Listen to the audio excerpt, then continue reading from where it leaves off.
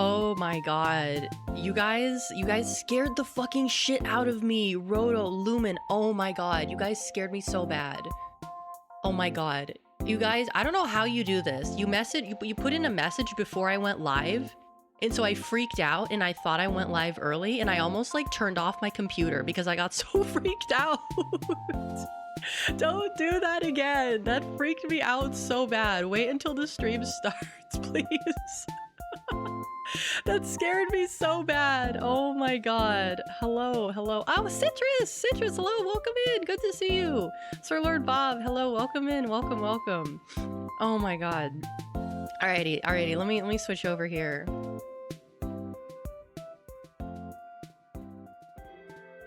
And there we go. Hello guys. Hello. Welcome in. Welcome.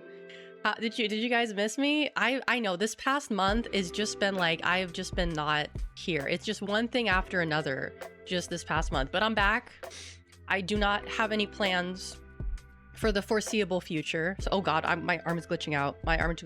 Okay, there we go. Happy affiliate anniversary. Thank you guys. Thank you. So my affiliate anniversary was actually scheduled for the 1st, but obviously I couldn't do that because I was, you know where. So I realized that I could reschedule it for another day, and I rescheduled it for today because, I mean, it doesn't really matter if it's on the same day, right? But yeah, like 2 days and a year ago today, I became an affiliate. And that was like, maybe 6 months after I started my streaming journey? Maybe a little bit more than 6 months, I think. I'm not going to do the math. Math and me don't agree with each other. But yeah, thank you guys for wishing me a happy affiliate anniversary. It's a double celebration today. It's a double celebration. I'm back, and it's my affiliate anniversary. And I do have lots to talk about today. You know, obviously, I went to Offkai. I didn't really tell anyone. I told a few people, but I wanted it to be a surprise. I'm sure some of you guys probably could have guessed that's where I was. I didn't really, say anything or make it obvious. I was just like, yeah, I'm not going to be available. I considered taking my laptop with me, but I was just like, I just, it's like long days. I have to wake up early in the morning. I come back at like 8 o'clock at night. And so it would be too much for me to stream while I was there. I was just like, yeah, whatever, well, let's wait till I get back. It's better that way. But it was great. It was really a magical, amazing time. I hadn't had that much fun in years, genuinely. I'm not the kind of person who normally goes to like conventions and stuff. So for me, this was like a really big step out of my normal kind of like zone, I suppose. I'm not a very social person. I would say I'm very antisocial. And it was indeed a very social weekend. It was extremely social. Yeah. I got to meet up with a lot of mutuals. I got to meet a lot of new friends. I got to meet my Oshi. I got to meet the people I like love and respect and revere so much. It was really like a magical, wonderful experience. And I know a lot of people right now are experiencing that like post-con depression, but like I'm like still running on those fumes. I'm still running on high. Like I can't be depressed because like every time like I feel sad, I think about the fact that I met my Oshi and I made her smile. And I'm just like, I have the will to live again. I can keep going. I have the will to live because I got to meet her and I got to make her smile. And it's so like, it's just really magical. Cause it's like, like when Offkai like first, like I heard about it last year, I think. And I was kind of like, oh, like that sounds kind of like boring, right? Like just like, you're just hanging out with people who like VTubers. That sounds boring as fuck. Like I didn't really get it, like why do you really like, I didn't really think about like, oh, why would I want to meet like the people I watch or like go to a meet and greet? I was kind of like, I don't really get it. But I get it now. I completely get it now. I get it. I understand it. There's really like no other experience like it that I've had before.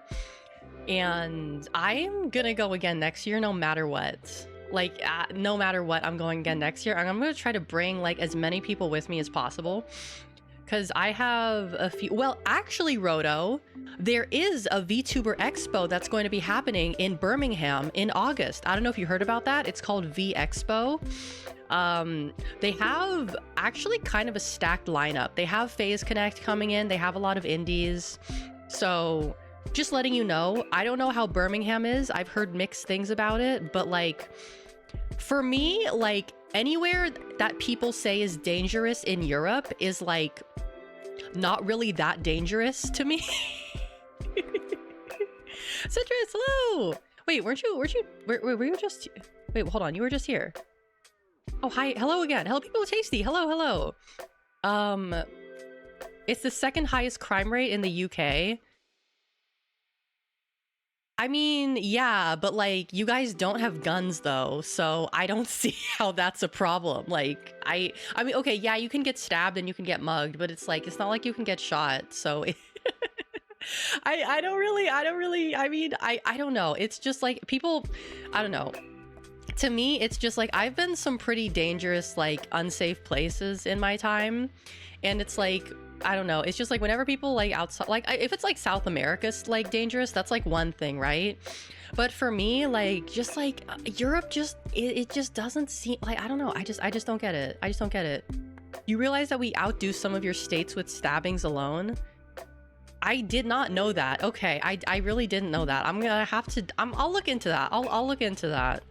I mean, I don't know. I'm not going to speak on something I have no knowledge of. Oh, stop glitching out hand. Oh my god, leap motion. I'm not going to speak about something I have no knowledge of. I'm gonna leave it at that. But you know, it is there. It is there if that's something you wanted to do. I was like thinking about it. I was like, oh, what if I go to that one too? But then I was like looking at flights to the UK, and I'm like, I don't. No. After all the money I spent, like this weekend, that's gonna be too much for me. That's gonna be too much, because then like it would be too much. But I'm gonna try to drag Dolly to come to Offkai next year. I'm gonna force her to come to California next year, whether she wants to or not. I'm gonna do it. Highest crime rate probably means like robberies and drugs, not attacks of tourists. Yeah, that's generally what it is. Like tourists, I feel like aren't really affected by this stuff as much. It's like people who live there, you know. It's more like one of those kinds of things. Anyway, enough of the stabbings and the crime rate shit. We're here to talk about Offkai and all that fun stuff.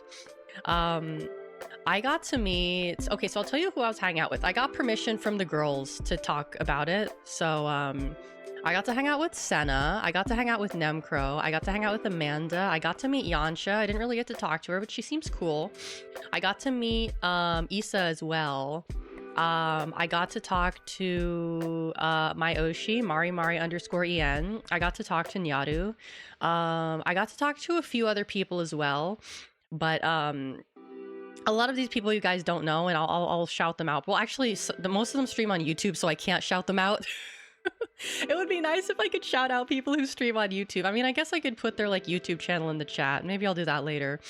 But it was basically just hanging out and socializing. I went to several panels.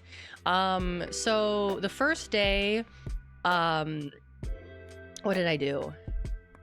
I didn't go on day zero. Oh yeah, and I also met with Lumen. I also met with Lumen too. Lumen was there as well. Full permission. Yeah, thank you. I also got to hang out with Lumen, which was cool. Day zero, I did not go to the convention center. I was just like hanging out at my aunt's place. But I did not get a room at the hotels. I was staying with my aunt who lives in the city, and I am not doing that again, because although I didn't have to pay for like the hotel, I had to pay for transportation costs, and an Uber there was like $30. So that means I was spending $60 a day to get there and back. I should have just booked a hotel room. I don't know why I didn't do that. I don't know. Like, what was I thinking? You know what I was thinking? I was thinking I could take public transportation. That's what I was thinking, because I was like, oh, because I was talking to my aunt, and she's like, oh yeah, you could you're going down to Burlingame, just take the train there, you know, just take the train down there. what she didn't tell me is that she doesn't live near the train station, so that I would have to take the bus to the train station. Then from the train station, I would have to like, it's like a good, like almost an hour ride, I think, or like 40 minutes or so. And then from the train station, I would have to either take a bus from the train station to the hotel or get an Uber from the train station to the hotel. And, you know, I'm used to taking public transportation. So I was kind of like, okay, that doesn't sound so bad. Like, I could probably do that. Like, I do public transportation. And then, like, I'm looking on, like, Google Maps to get directions. And I get, like, there's a little, like, warning thing there. Like, a little, like, not a warning, but, like, a notification that basically says, like, oh, yeah, they're closing the train tracks between these, like, stations. And that between the stations, you have to take a bus. Like, it's a free shuttle bus between the two stations that they have. So basically, like, it's the same route. You get off at this one station, they put you on a bus, and then you take the bus down to the next station, which you can then take to your final destination. And that would have, they said, like, oh yeah, expected delay of like 30 minutes or more. And so, like, that would have, if I had taken public transportation, it probably would have taken me 2 hours to get down there. So eventually, so I just bit the bullet and, like, yeah, by public transportation, they meant all of the Uber cars. Exactly. I was just like, fuck it. I'm just gonna get an Uber. I'll cry about it. I'll cry about my wallet, like my bank account, like at the end of it. I'll deal with that later. So next time, I think I'm going to have to get a room because, like, it's just, if she lived a little bit closer, it probably would have been fine, but yeah, it wasn't worth it. I regret doing that. I don't know why I thought I could, like, cheap out on it, you know, but yeah, it's just better to get a hotel room. JV Starry, hello, welcome in. Happy anniversary, Steel Lady. Thank you. I'm so glad people are showing up to say I almost said happy birthday. Happy anniversary to me. Thank you. I don't normally do celebrations or stuff, but I figured, like, yeah, it's like it's a celebration, quinceañera. Sorry. Yeah, I just figured I'd roll it up into happy birthday. It's on my birthday. Oh god. I just figured I'd roll it into, like, one big thing, right? But yeah, I'm definitely gonna get a room next year. I'm probably gonna see if any of my girls want to share a room, because that's probably good. I don't know how much the rooms cost.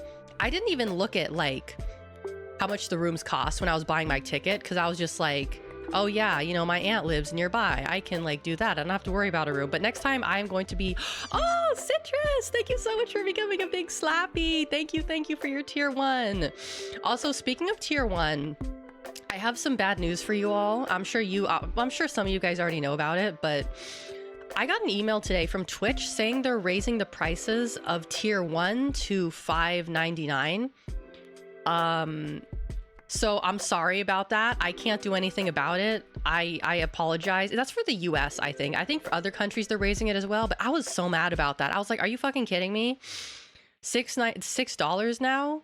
It's $6 fucking. I mean, I don't know. I could buy a coffee with that, right? Oh, Inigo, hello, welcome in. Painwheel, hello, welcome in. Feliz aniversario de afiliación. I probably butchered that. I'm sorry. You're probably cringing right now. I'm sorry. I need to stop trying to speak Spanish. I need to stop doing that. I gotta stop doing that. Oh god. It's funny though, right? Hopefully someone finds it funny. Oh man.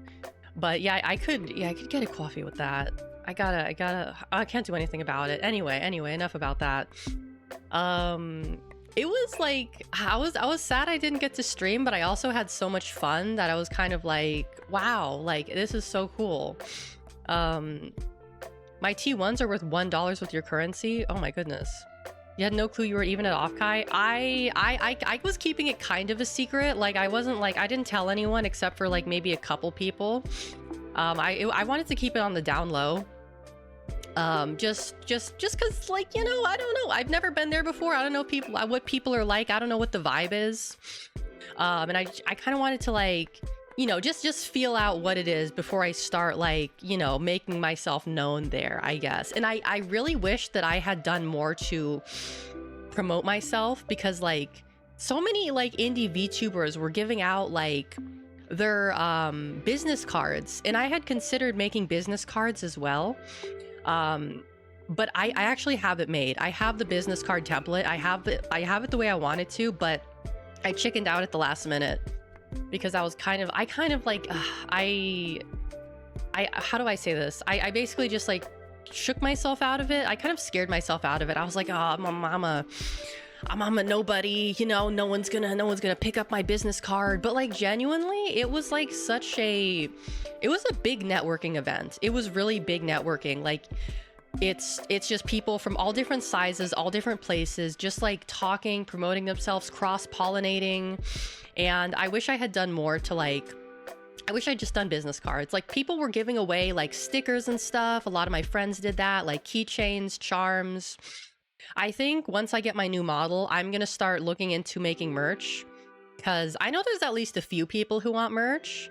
The only thing I'm worried about is that the people I know who really do want to buy my merch are not based out of the US. I know COD would probably buy it. I know at least another person who would probably want to buy it too, but they're not based out of the US. So I would have to find a supplier that could ship it to them for a reasonable price, because Lord knows these shipping companies will upcharge for anything sent to like, you know, a non-Western country. The stickers and business cards I got were the most adorable thing. Yeah, like it's a good promotion thing. Yeah, it's always with the shipping, and I don't want to like, you know, it's not fair, especially because I know people who do want to buy it who are like not based out of the US. I want to make it fair to them, right? So I'm gonna have to look into suppliers. I was thinking, okay, this is a me thing. I don't know how you guys feel about this, but like, I really like coasters, like something you put a drinks on, and I feel like no one has done like a coaster yet. Like there's no VTuber. Actually, no, I have a VTuber coaster. What am I talking about? I have an Amane Kanata coaster. But I mean, like, in general, you don't see a lot of VTubers doing coasters as merch. And I want to see like, because coasters are practical, right? I don't like putting like my drinks directly on my desk, like my water bottle or my coffee directly on my desk, because like, you know, it could spill, it could come over. So I feel like having a coaster might be an interesting idea for merch. And coasters are like, they can be discreet. Like it's something you keep in your home. It's not like something you're showing off to your friends and family. You could just have it in your room, in your like your man cave or whatever, and no one has to see it. So I feel like a coaster, like, I don't know, I like coasters. I don't know how you guys feel about coasters, but I feel like, you know, maybe a coaster could be an interesting idea. Or alternatively, a coaster that could double as a keychain, because I actually have one of those, a coaster that doubles as a keychain. It's like a rubber one, but I heard that rubber is a little bit difficult to work with, like with merch and stuff. Like I remember Lewd had those rubber like strap keychains. I'm kind of wishing I got like a Pippa one. I didn't, because I had other stuff that I wanted to get. But I think he said that those were a little bit difficult to like work with and find a manufacturer to do. So yeah, I mean, like I have people who, I don't have people, I know people who have done merch, so I could always like ask around with those. You would like one? Oh good, okay, we have at least one person who likes coasters. Yeah, something avant-garde, something that you don't really like. It's not like keychains are cool and all, but I feel like once you have a lot of keychains, like I'll show you guys my keychains, you don't have enough bags to use them all on, and they just kind of like sit in your room collecting dust. You don't have a coaster? Why don't you're an adult and you don't have a coaster? I'm making coasters. I'm making coasters for you guys specifically because like you guys should have coasters. They protect your tables. They protect your tables. It would be a good conversation piece. Exactly. Hi, Salt Wizard. A coaster? Yeah, you know, you put your drinks on top of it. Like it's like a hold on. Can the leap motion work for a moment, please? Can you like, oh, can I hold on? I'm trying to like demonstrate if this thing would fuck. Okay, so can you get my hand, please? Okay. You have your flat, please. Okay, it's so janky. It's so fucking janky. I spent like $100. I spent like $80 on this thing. So, okay, this is a flat surface. There's a coaster. And then you put the drink on top of it. You guys see what I'm saying, right? You guys get what I'm saying? Yeah. You like coasters for conversation pieces and their actual utility. Cup marks on tables are an aesthetic thing. Interesting. I like to keep my things clean. I am probably one of the few VTubers that has at least a somewhat clean room. I don't have any mold. I have a lot of dust. I don't know where it comes from because my door is closed 99% of the time, but I don't have mold. I don't keep cups and glasses in my room. I don't eat in my room. And I don't like, I keep my room clean. I don't even let the dogs into my room, to be honest with you. I don't even let the dogs into here because they're just like, just the hair I'm allergic to as well. No mold, unfollowed. Like, I don't even like ripped jeans. I don't even like ripped jeans. Or like, I don't like things being messy or like unclean or unfinished. It bothers me. Also because I'm partly a perfectionist. So yeah. I don't use coasters, but I would take it and pin it on my wall and put it on display on a shelf like the pins or magnets. That could work. That could work. Because I was thinking also, like, what if it's a coaster that doubles as an acrylic standee? Because you guys know acrylic standees, right? But if it's large enough and round enough and it has a little thing attached to it, you could use it as a standee as well, right? I'm cooking with this. I'm cooking with this. I got ideas. I'm telling you guys. I'm telling you. Get some water here. I've got a lot of things cooked up. A lot of things cooking in my head. Not well, I got at least 2 things cooking right now. One thing that's finished cooking, one thing that's still cooking. We got a lot. And also, I don't know if you guys saw, but I got the seal that I bought from last week, Beamer Cruise. He is in my room staring at me right now, and I have my lovely certificate that I got from the Marine Mammal Center.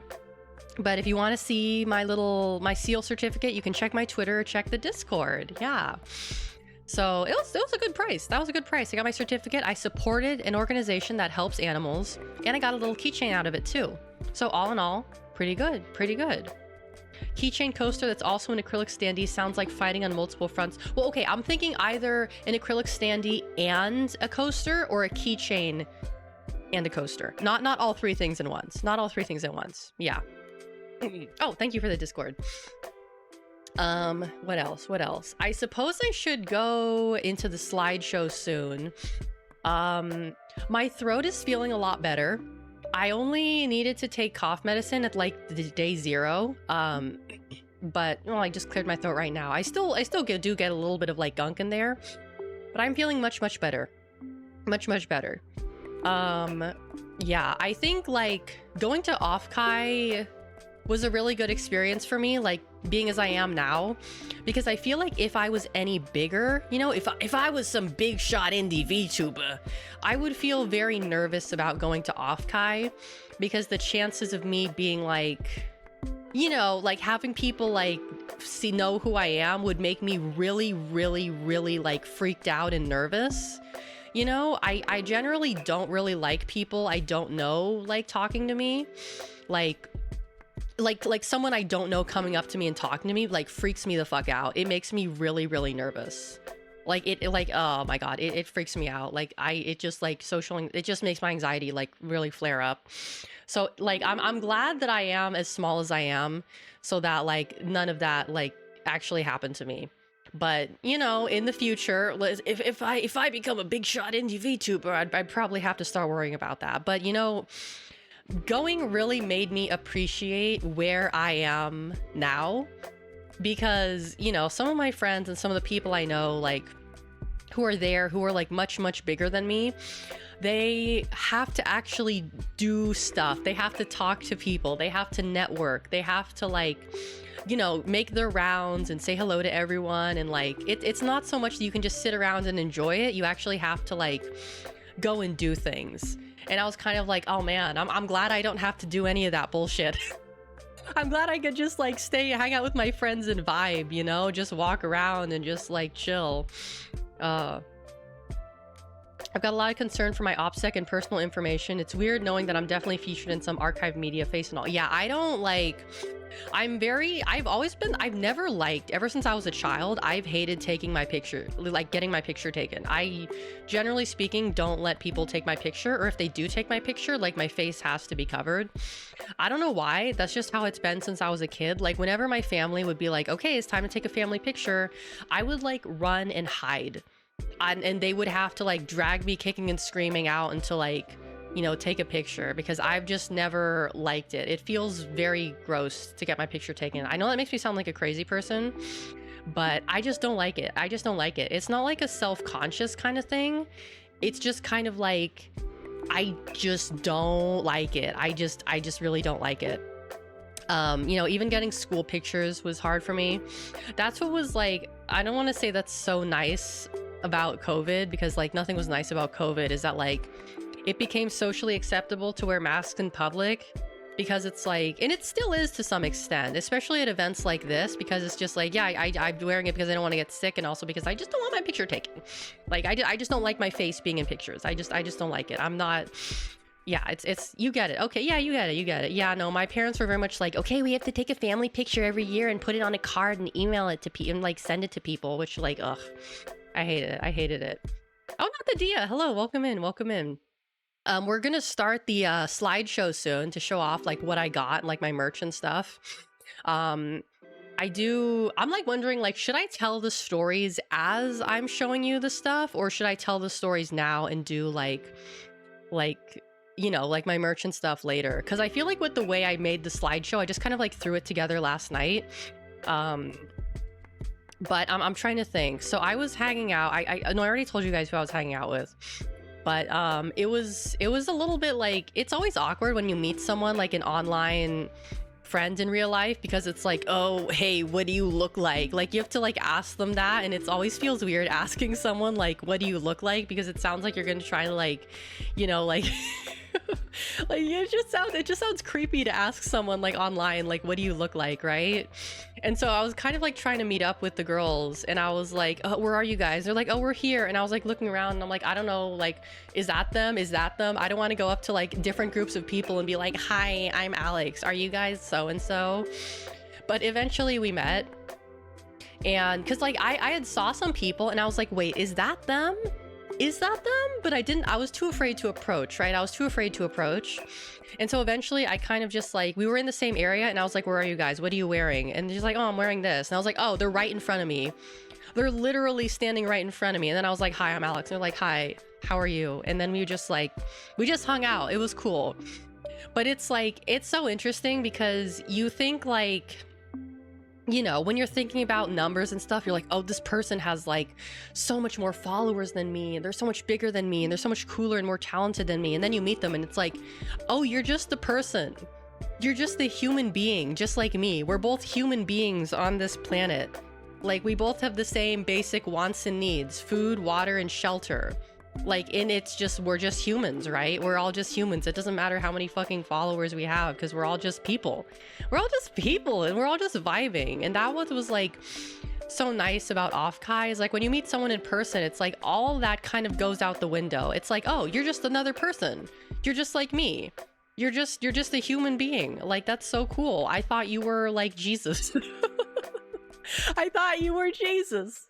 No. But yeah, no numbers when making friends. Like, honestly, it's like not even, you shouldn't even like think about that at all. But I was like, what, oh my God, I'm just trying to remember like what I did. I'm a little bit overwhelmed right now because there was so much. God damn it, I threw out my book.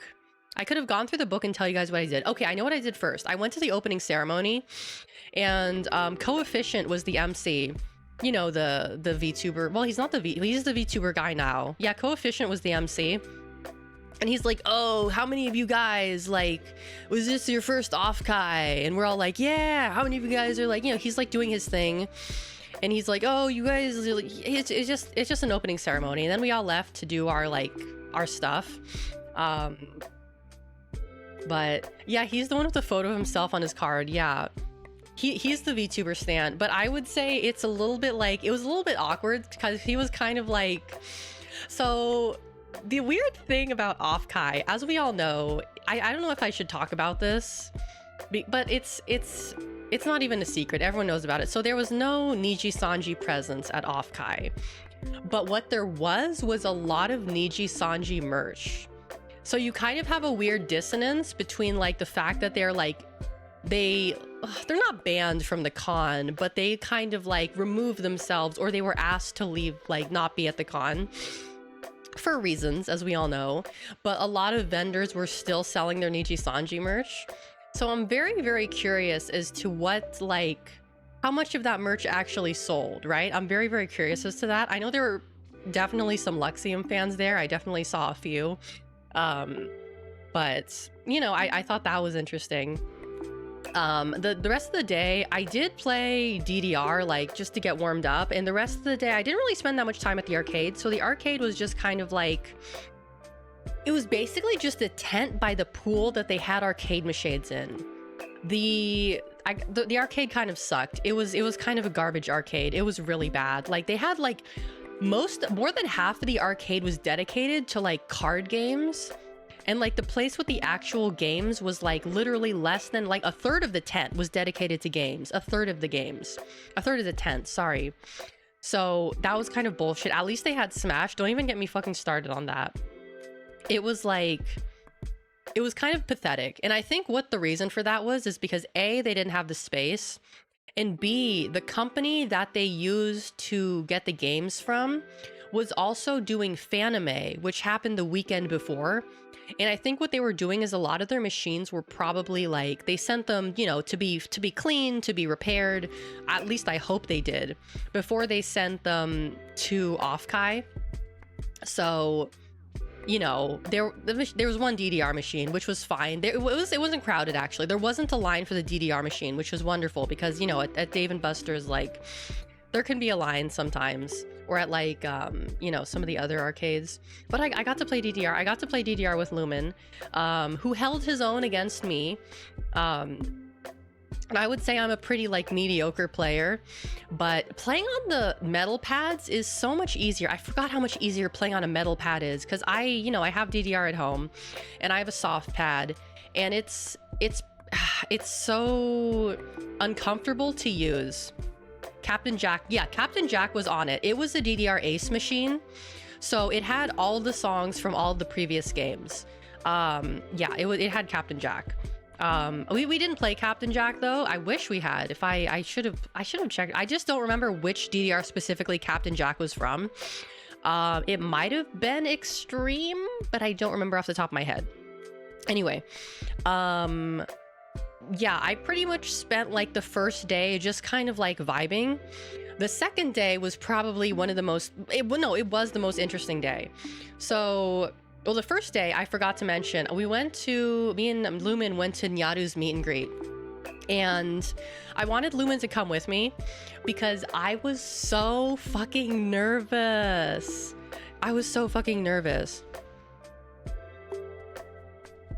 Hold on a sec.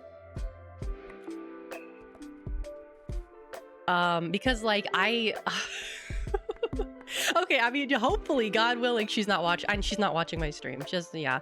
I had a dream the night before that I met Nyaru, and in the dream, I met her, and I started, like, crying tears of happiness. I was crying, like, ugly crying in the dream, like, sobbing. And I was so embarrassed that I woke up at, like, 4 in the morning, and I wasn't able to go back to sleep. And I was like, oh my God, I hope that doesn't happen. But because it was also my first time doing a meet and greet ever for like anything in my life. I've never met someone I really look up to and admire before. So it's like, you know, it's like basically they usher you into a room and there's a big screen there, and the screen has the VTuber on it, and there's like, you know, 2 people there to make sure, like, you know, you don't say anything weird, and like to accept like the gifts and make sure that things work. So I had a gift for her, which she showed off on stream earlier. If you caught her earlier stream, I got her a little Kiwawa keychain. And I was so happy that she remembered my name. I'm so happy that she remembered me. That's oh my God, I'm so happy she remembered me. But I was like, I didn't even remember what I said to her. I literally don't remember what I said to her, because it was just like, I was just talking and she was like reacting to what we were saying, but I was just, oh my God, I was just moon over the moon, heels, head over heels, moon over the whatever. I don't even know what I'm saying anymore. Marissa Sensei, hello, welcome in. Thank you for dropping by. But I'm so happy that I got a chance to meet someone that I look up to like so much. Like, I'm getting a little emotional thinking about it, because like I really do look up to her. Like, she means a lot to me. And it was just so cool to meet someone who I look up to, like, and revere so highly. And, you know, I got to see her later in the convention too, and she remembered me and she gave me a friendship bracelet. And, you know, we talked for a few minutes because, you know, she was busy. She was busy. She was working. She was like in between shifts. And I was so happy, and I'm still so happy right now. Like, I don't know, just meeting someone you really look up to is a really wonderful experience. I would recommend that everyone does it. I also got to meet my Oshi. I don't really talk about like my Oshis a lot, but like, this is gonna sound crazy coming from me, but I would say one of my biggest, like, the person I watch the most of is Mari_en, which I know sounds crazy because we are like completely the opposite in terms of like content and like sense of humor and like just how we operate. We're just like complete opposite ends of the spectrum, right? Like, I'm over here like, you know, like I wouldn't say I'm say-so, but I'm like, I don't talk about like certain things, and she's like talking about like cranking her hog and singing about like, you know, like stuff that I don't like to talk about. You see it? You guys, really? You guys see it? I don't know. I feel like it's I don't know. But so the line for the dealer's hall was really, really long. The line for the dealer's hall was going outside the building and around into the parking garage. That's how long the line for the dealer's hall was. It was crazy. Agathos, hello, welcome in. So I waited in line. I didn't go in the vendor's hall the first day because the line was just too long. The second day, it was even longer, but I braved the line, and it took us about 40 minutes to get in. And a lot of the merch I wanted to buy was sold out, but I bought not all of it. I bought a lot of Mari merch. I bought a keychain, I bought 2 acrylic standees, and I bought her desk mat. And I was also able to get a ticket for the meet and greet because there was some like stuff with the meet and greets, because basically to get a meet and greet ticket, you had to go to the vendor's hall at a certain time. But because the line was so long, they decided to change how it was. And they're like, oh yeah, join the Discord. And I was like, well, I guess I'm not going to get to meet her. But then when I went to go to the Oshi booth to buy my stuff, she's like, do you want a meet and greet ticket? And I was like, yeah, I'll take it. And she's like, okay, here's your ticket. Come back at like 5, show them the ticket at the front. Cause you know, there's a security guard who's making sure there's not too many people going into the dealer's hall, and like, come back then. And I was like, okay, cool. So I was just basically wandering around the dealer's hall with my friend for like, you know, half an hour. And so I had a Mari keychain, and I had actually bought the last one from the booth that was selling it. And my friend wanted to get one. So we went back to the booth to see if they had any more. And they were basically like, no, like, we don't have any more. And she was kind of bummed out about it.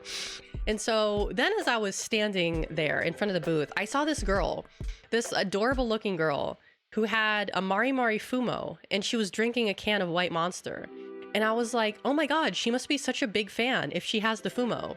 So I go up to her and I'm like, oh my God, I love your Fumo. I really wanted one, but they were all sold out at the booth. And so we started talking.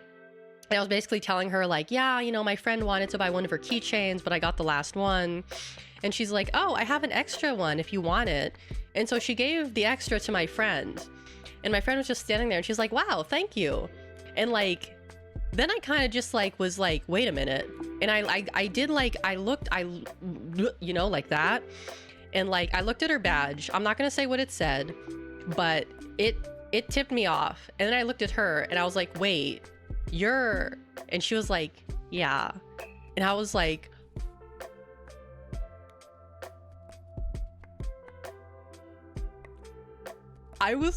oh my God. I was like trying not to freak out.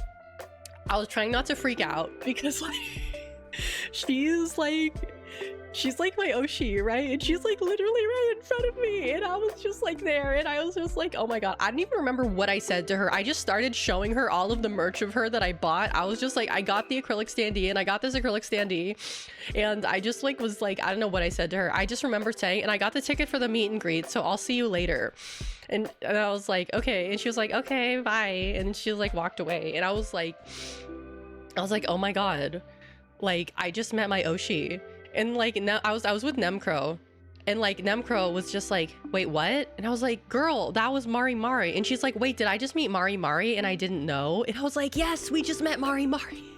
And I was like, oh my god, I literally, oh my god, oh my god. So then I went out and I did some stuff. I was just like hanging out with some people for the next couple hours. You know, I had to kill time before the meet and greet. And so I go back to the meet and greet, and I'm in line. And I'm like the only girl in line to meet Mari Mari. I think I was the only girl there. Was she wearing the Sonic Crocs? She was not. She was not wearing the Sonic Crocs. I wasn't looking at her feet. I don't look at people's feet. I'm not like that. So as far as I could tell, she wasn't. I think she was wearing nice shoes. But I went back, you know, later at like 5. I was like the only girl in line that I could tell. And there was this girl who was working at the booth who was dressed as Shy Lily. And we had like a nice conversation. I don't know who she was because she had a Nanami Kento tattoo. And I was like, oh my god, is that Nanami? And she's like, yes. And like I showed her my Nanami shrine, and she's like, oh my god, I have the same figure. I have like a whole like, you know, like space in my bookshelf dedicated to him. And we were just like bonding over our love of Nanami Kento from JJK. And so I'm like, because I'm like waiting in line, right? And so then it's my turn, and I walk up. They basically have it on an iPad. So it's like an iPad and like a microphone and like a camera. And I walk up to the screen, and Mari just, she's like, she gets a big smile on her face, like, you know, like her avatar, right? And she's like, it's you. And I was like, yeah, hi. Like, she recognized me.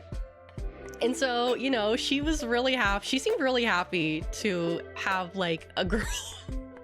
That's the nice thing about being a girl at like, you know, a VTuber convention, is that when you go to these meet and greets, like the girl at the other side of the screen is always so happy to see you. She's like, oh my god, like thank god. Like my friend Nemcro, she went to the Poco Raccoon meet and greet, and like she was the only girl there.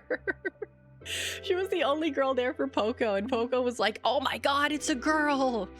So yeah, that was Mari. Was like, you know, she's like, how's the convention? And I'm like, good. You know, we had like a little conversation because I only had a minute. I had literally a minute to talk to her, so I'm just trying to like speed run. And I told her like, you know, I watch all of your streams. I wish you could stream every day, but I know you can't. And you know, she told me she loved me and that she would stream every day for me. So so you know, my Oshi told me she loved me, so I think I can, like, if I died right now, I would be okay with that. I would be absolutely okay with that if I died right now. And then I got like a picture with her, which obviously I'm not going to show. That's between me and God and Mari.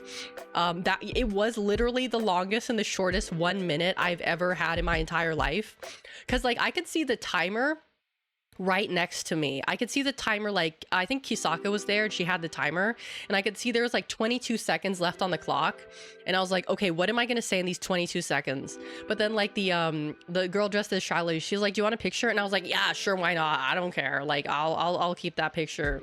So you know, I did that. But when I got back that day, I remembered that there was something that I wanted to give her that I had forgotten to give her that day. So I was like, oh, rats, I forgot to give, because you could bring gifts for them, right? And I was like, I forgot to bring a gift for her. So I brought the gift on day 3. Actually, I have another funny story. I don't remember if this was on day 2 or day 3, but I was watching her stream earlier and she told this story, so I'm gonna tell the story as well. So There's a VTuber I watch and I'm in a group chat with called SS Issa. Go check her out. She's on YouTube. And so I'm chatting with one of my friends, and this girl comes up to me and she's like, hi. And I'm like, hi. Like, how? Like, you know, I'm just like, hi. And so she's like looking at my name tag and she sees all the charms I have on my name tag. And she's like, do you know them?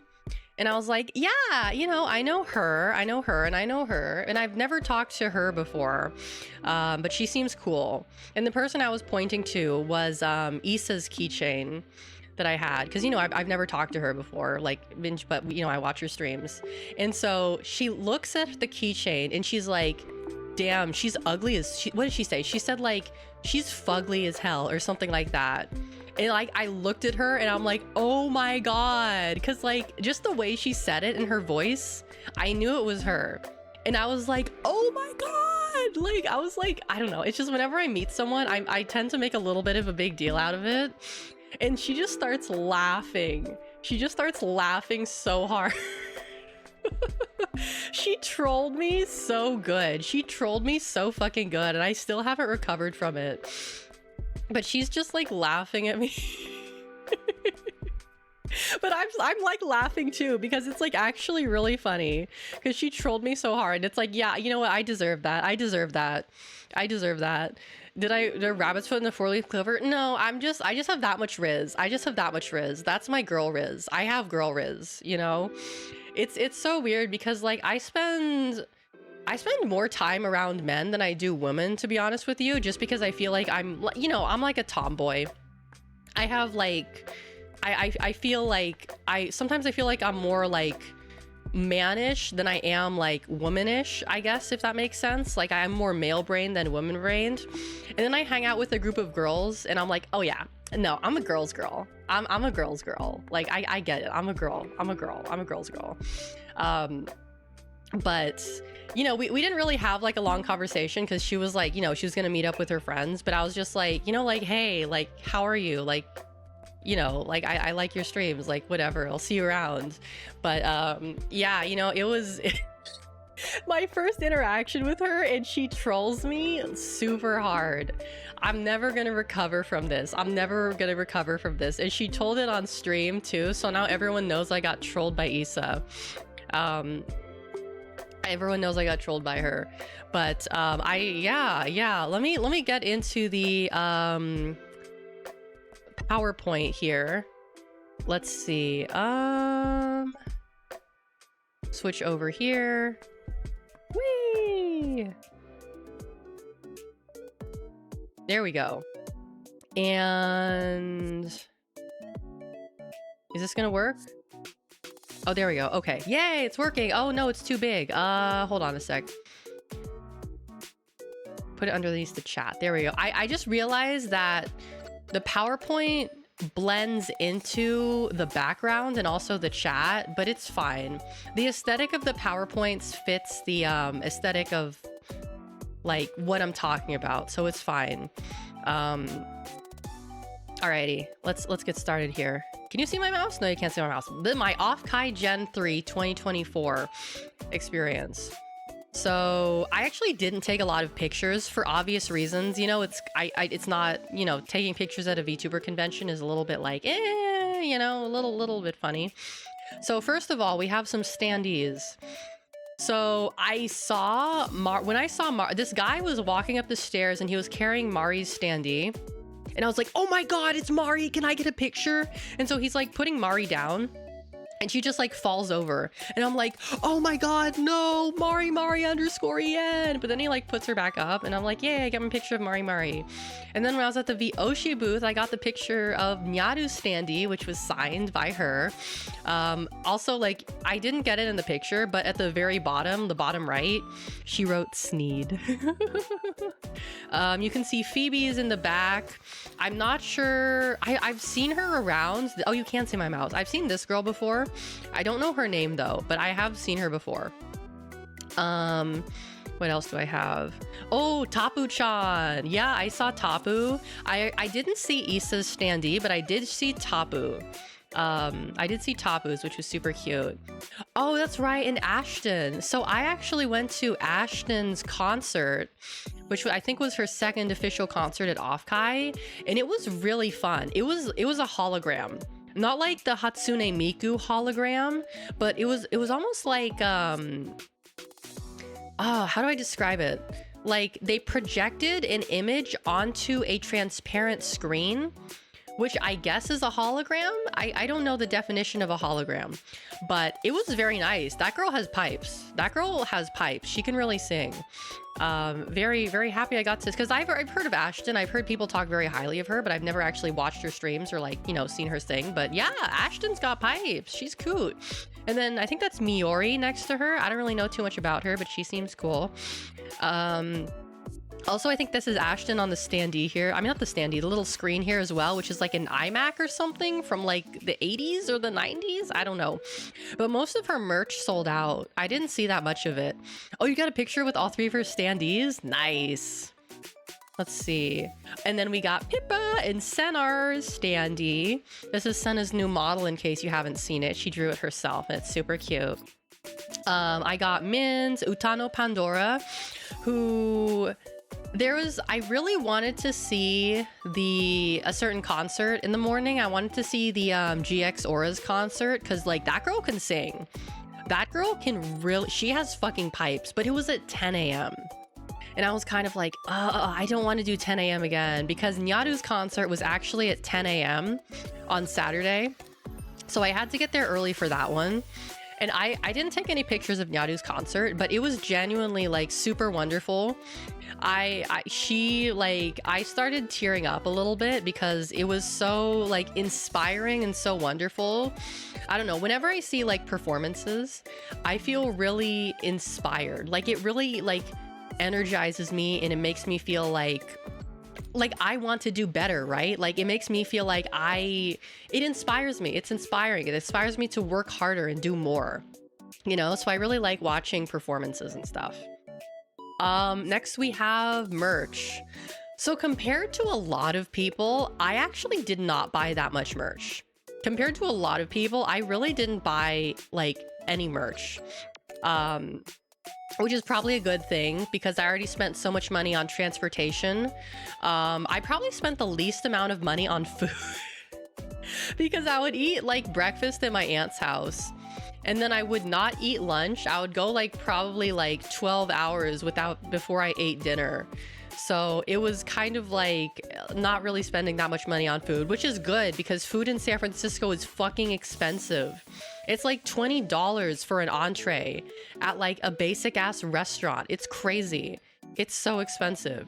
You spent more money on merch for other people than myself? Oh, really? I don't really know anyone. Well, I mean, I don't really have any friends in my real life who like VTubers, so I didn't really buy any merch for anyone else besides myself. But yeah. Also, on Friday? Yeah, on Friday, I actually briefly stopped into a party that my friend was bartending at. It was kind of like an unofficial party. It was basically like a goth and emo themed party on the second floor. And my friend was like he was serving drinks. They had a bunch of interesting themed drinks. Like they had, what did they have? They had the Bibu shot.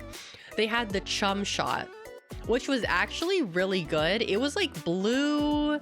It was bright blue. It was bright fucking blue. I don't remember what it was made out, but it was like the chum shot. That was pretty good. Oh, it was called the Bibu tax or something, I think, the drink. But they had a fun little list of drinks. And like I had a couple drinks. They were pretty good drinks. My friend did a good job. But it was fun. I was only there for maybe like 40 minutes or so before I decided to leave because I had to make the commute back. And I was afraid that if I waited like a really long time, the Uber prices would go up because I've heard that sometimes like at different times, like the prices of Ubers like can go up and down. And I wasn't sure what those times were. So I figured I'd just like leave kind of early. But yeah, you know, I had fun. I got to see one of my college friends, so that was good. So this is like, yeah, like compared to what other people got, like a lot of this stuff I got for free. But I bought, so obviously we have Mari Mari, my Oshi.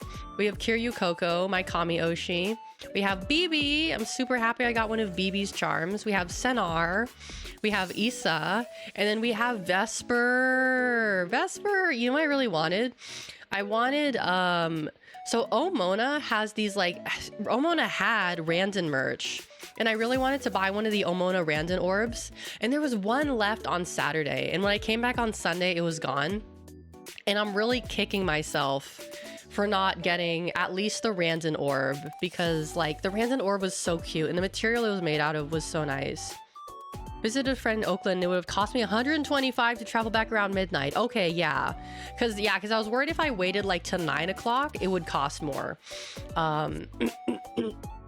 So on the left, we have my Mari Mari desk mat. It's so cute. It's like, this is the first desk mat I've ever had. And you know what? I was actually in the market for a new desk mat anyway. Because like, I have an old Razer like mouse pad that's probably like 8 years old, and it's kind of like crusty, musty, disgusting. Ew. And I like the desk mats I was looking at online were all way too big. They were all like 36, 40 inches. And that's just like too much for my desk. This is the perfect size. It's really a perfect size. And it was only like $30 too. So I'd say that's pretty reasonable. I got a Rin Penrose pin. I was thinking about picking up her standee, but I was kind of like, you know what? I'm going to get the pin. I'm going to get the Rin pin. So I got that. I put it in a little plastic protective cover. So if you're wondering what that is, that's what it is. I got my signed card from Yaru from her meet and greet. I've got, this was a business card from Yansha. I only got to meet her briefly, but she seems super cool and super nice. I got these stickers. So these are actually stickers for the pen light, which I did not buy. Kind of wishing I got a pen light, but also I'm kind of like, I have a pen light, but I'm gonna put these on something. I don't know what yet. These are my stickers I got from Nemcro. I already put one of them on my coffee cup. I got the Senna sticker, Senna with the boof. I saw this and I was like, oh my God, I need it. And then I got a card, a holographic card. And I got one of Nyaru's business cards, which came out so well. They came out so well. She got them printed from Canva, I think. And I was going to do business cards on Canva as well, because their pricing was like pretty good. But I, you know, like I said, I chickened out. And I think next time I am going to get my cards printed on Canva, because this was a really nice quality card. Very nice, good size, good weight. Very nice paper feel too. Let me have some more water. Hold on a sec.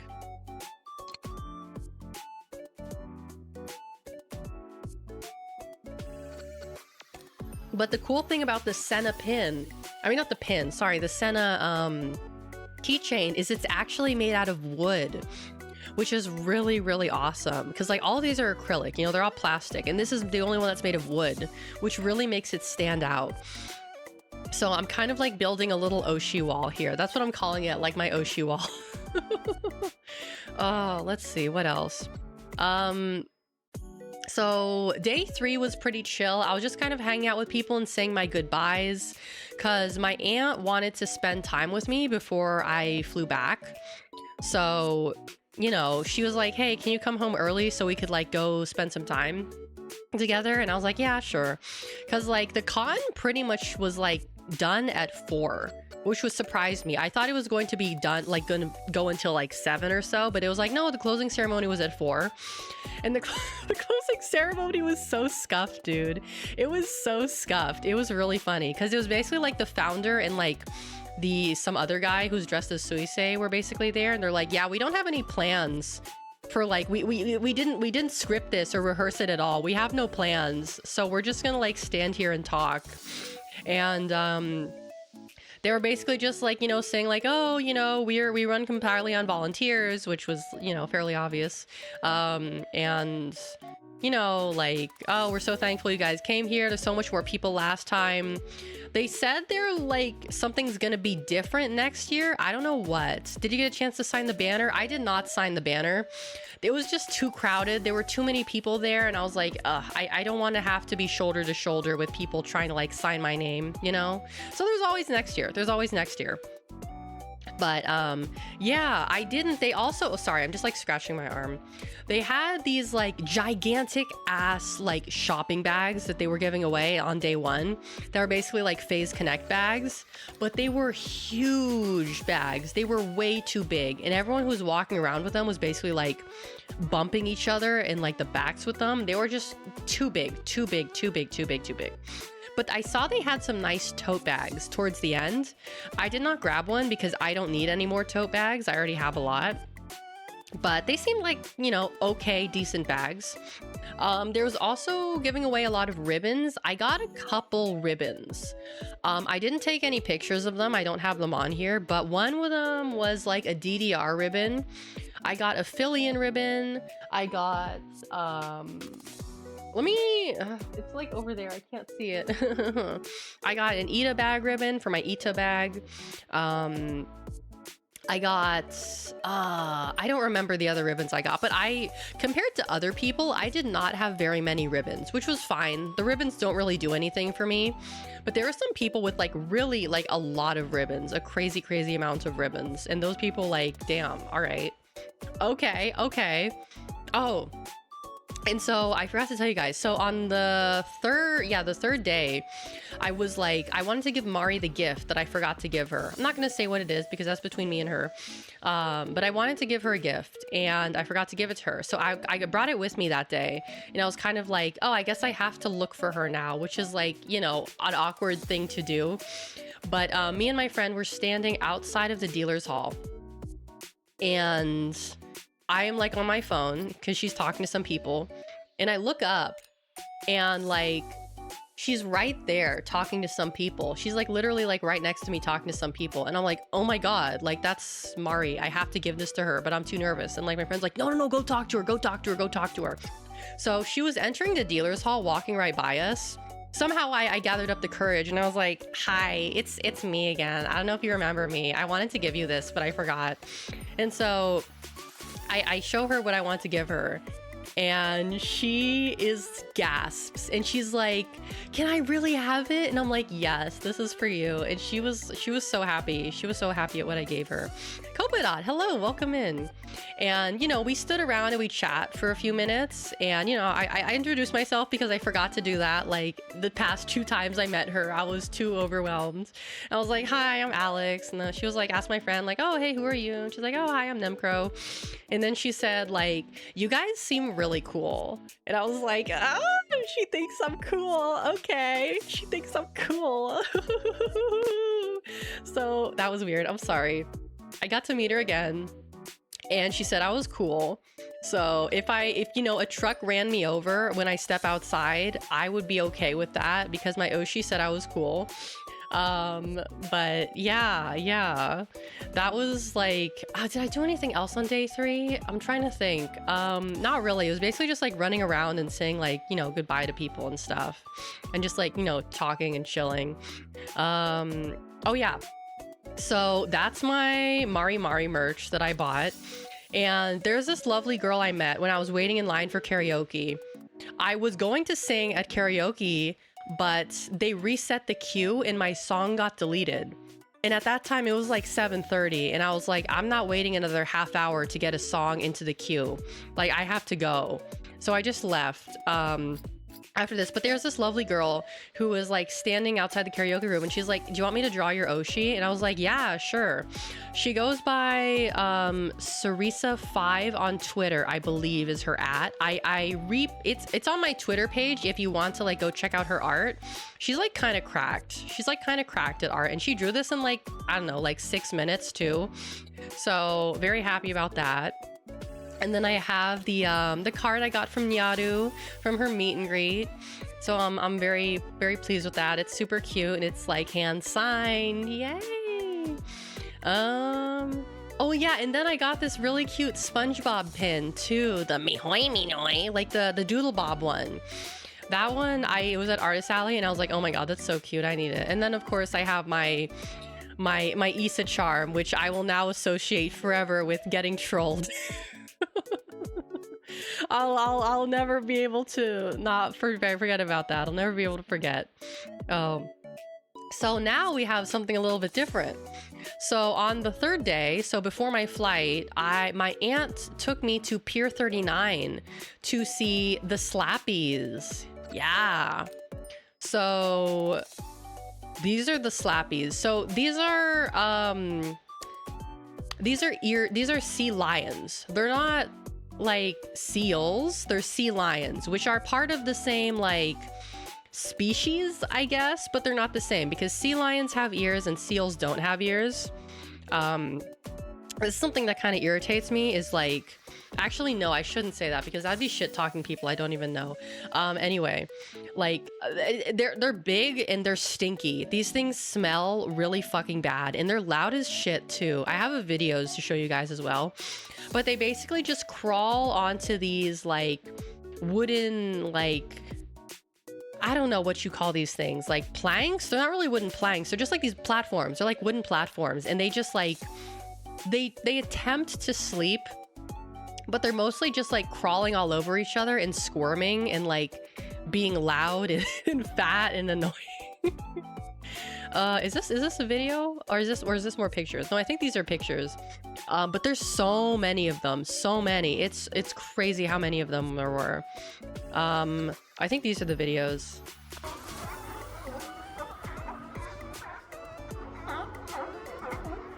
Yeah, they're loud. Big Iron, hello, welcome in. Oh yeah, see, look at that guy. He's just climbing all over them. And they're all boys too. They're like all male. They're like all male as well. So they're very territorial and very mean.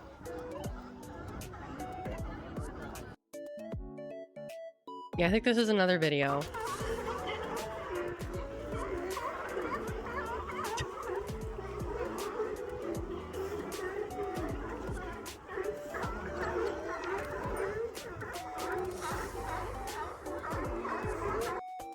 Oh my god, and the way they just like climb over each other too, it's like they keep waking each other up and they bite each other and they slap each other and they're just like, oh, they're so nasty. I mean, they're not elephant seal nasty, but they're like, they smell bad, they're loud, they're like, they're mean to each other.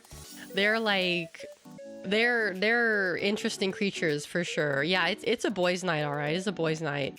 But yeah, that's my presentation for Offkai. We went through that kind of quickly, I guess. Would I win against 529 plus sea lions? I don't think I would. I don't think I would, to be honest with you. I really don't think I could win that. No, I'm gonna say no. But yeah, I'm absolutely gonna go again next year because it was lovely and it was fun.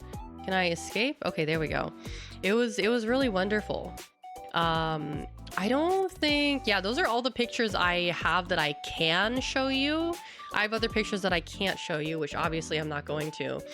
But yeah, it really made me like, it really filled me with newfound inspiration and newfound like energy. Let me go back to the chatting screen actually. There we go. Yeah, there we go.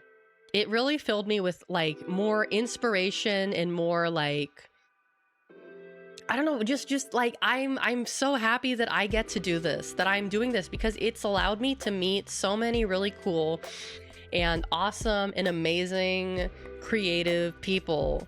And I feel very blessed that, you know, I have like friends or people who consider me friends that are so like amazing and talented and like just cool, right? It's really wonderful. I'm really glad I decided to do this because, you know, like within the past couple months I've kind of been feeling like a little bit down. Like I feel like I'm not really growing enough, I'm not really like doing enough, I'm not really like, you know, I'm just like unsatisfied with where I am.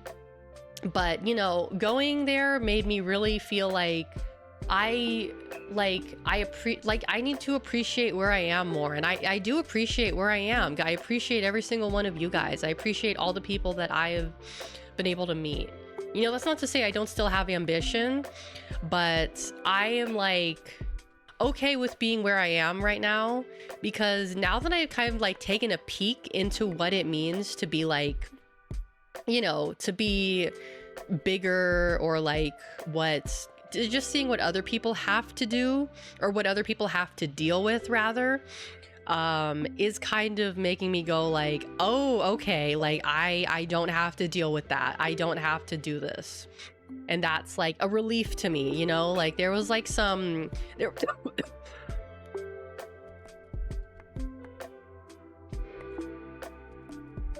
I'm okay. I don't know where that came from. I mean, I was like initially worried because like what I've noticed is that a lot of like streamers and VTubers don't really start to seem to get popular after like, it takes them years. It takes them years. Posture check. Thank you. Like, you know, like I hear this person say like, oh, I've been streaming for 5 years and now I'm finally starting to blow up. And that made me feel very like, I have to be like a nobody for like 5 years before people start to like me. But now I'm kind of like, you know what? I'm okay with that.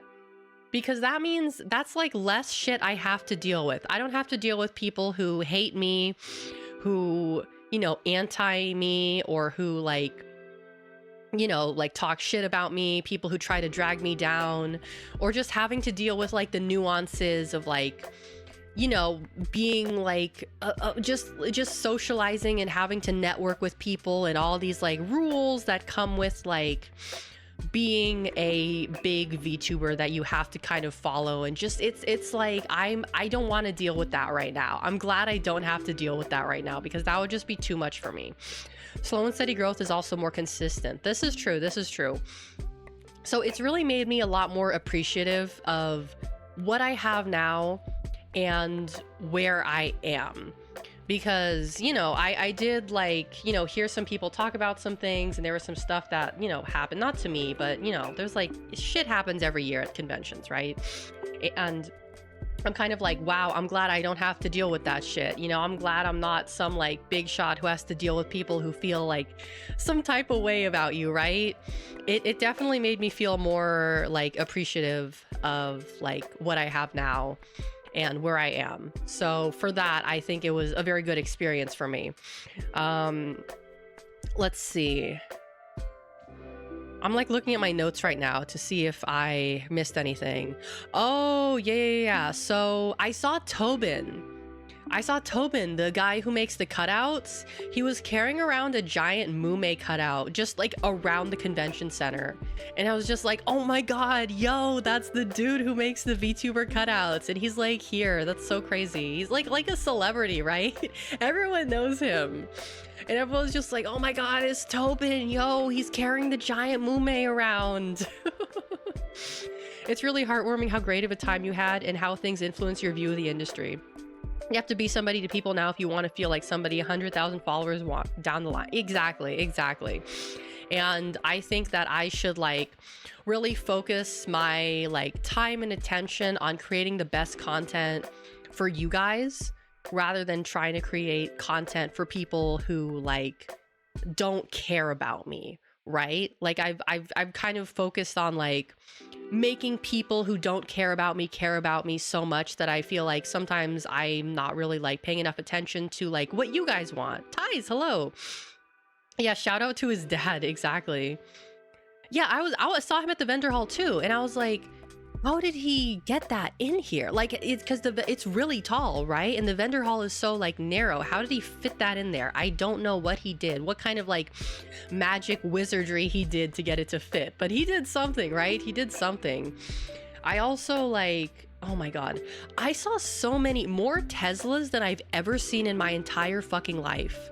Literally, every car I saw was either a Tesla or it was like one of those self-driving cars when I was in the city. And those things are scary, like the self-driving cars.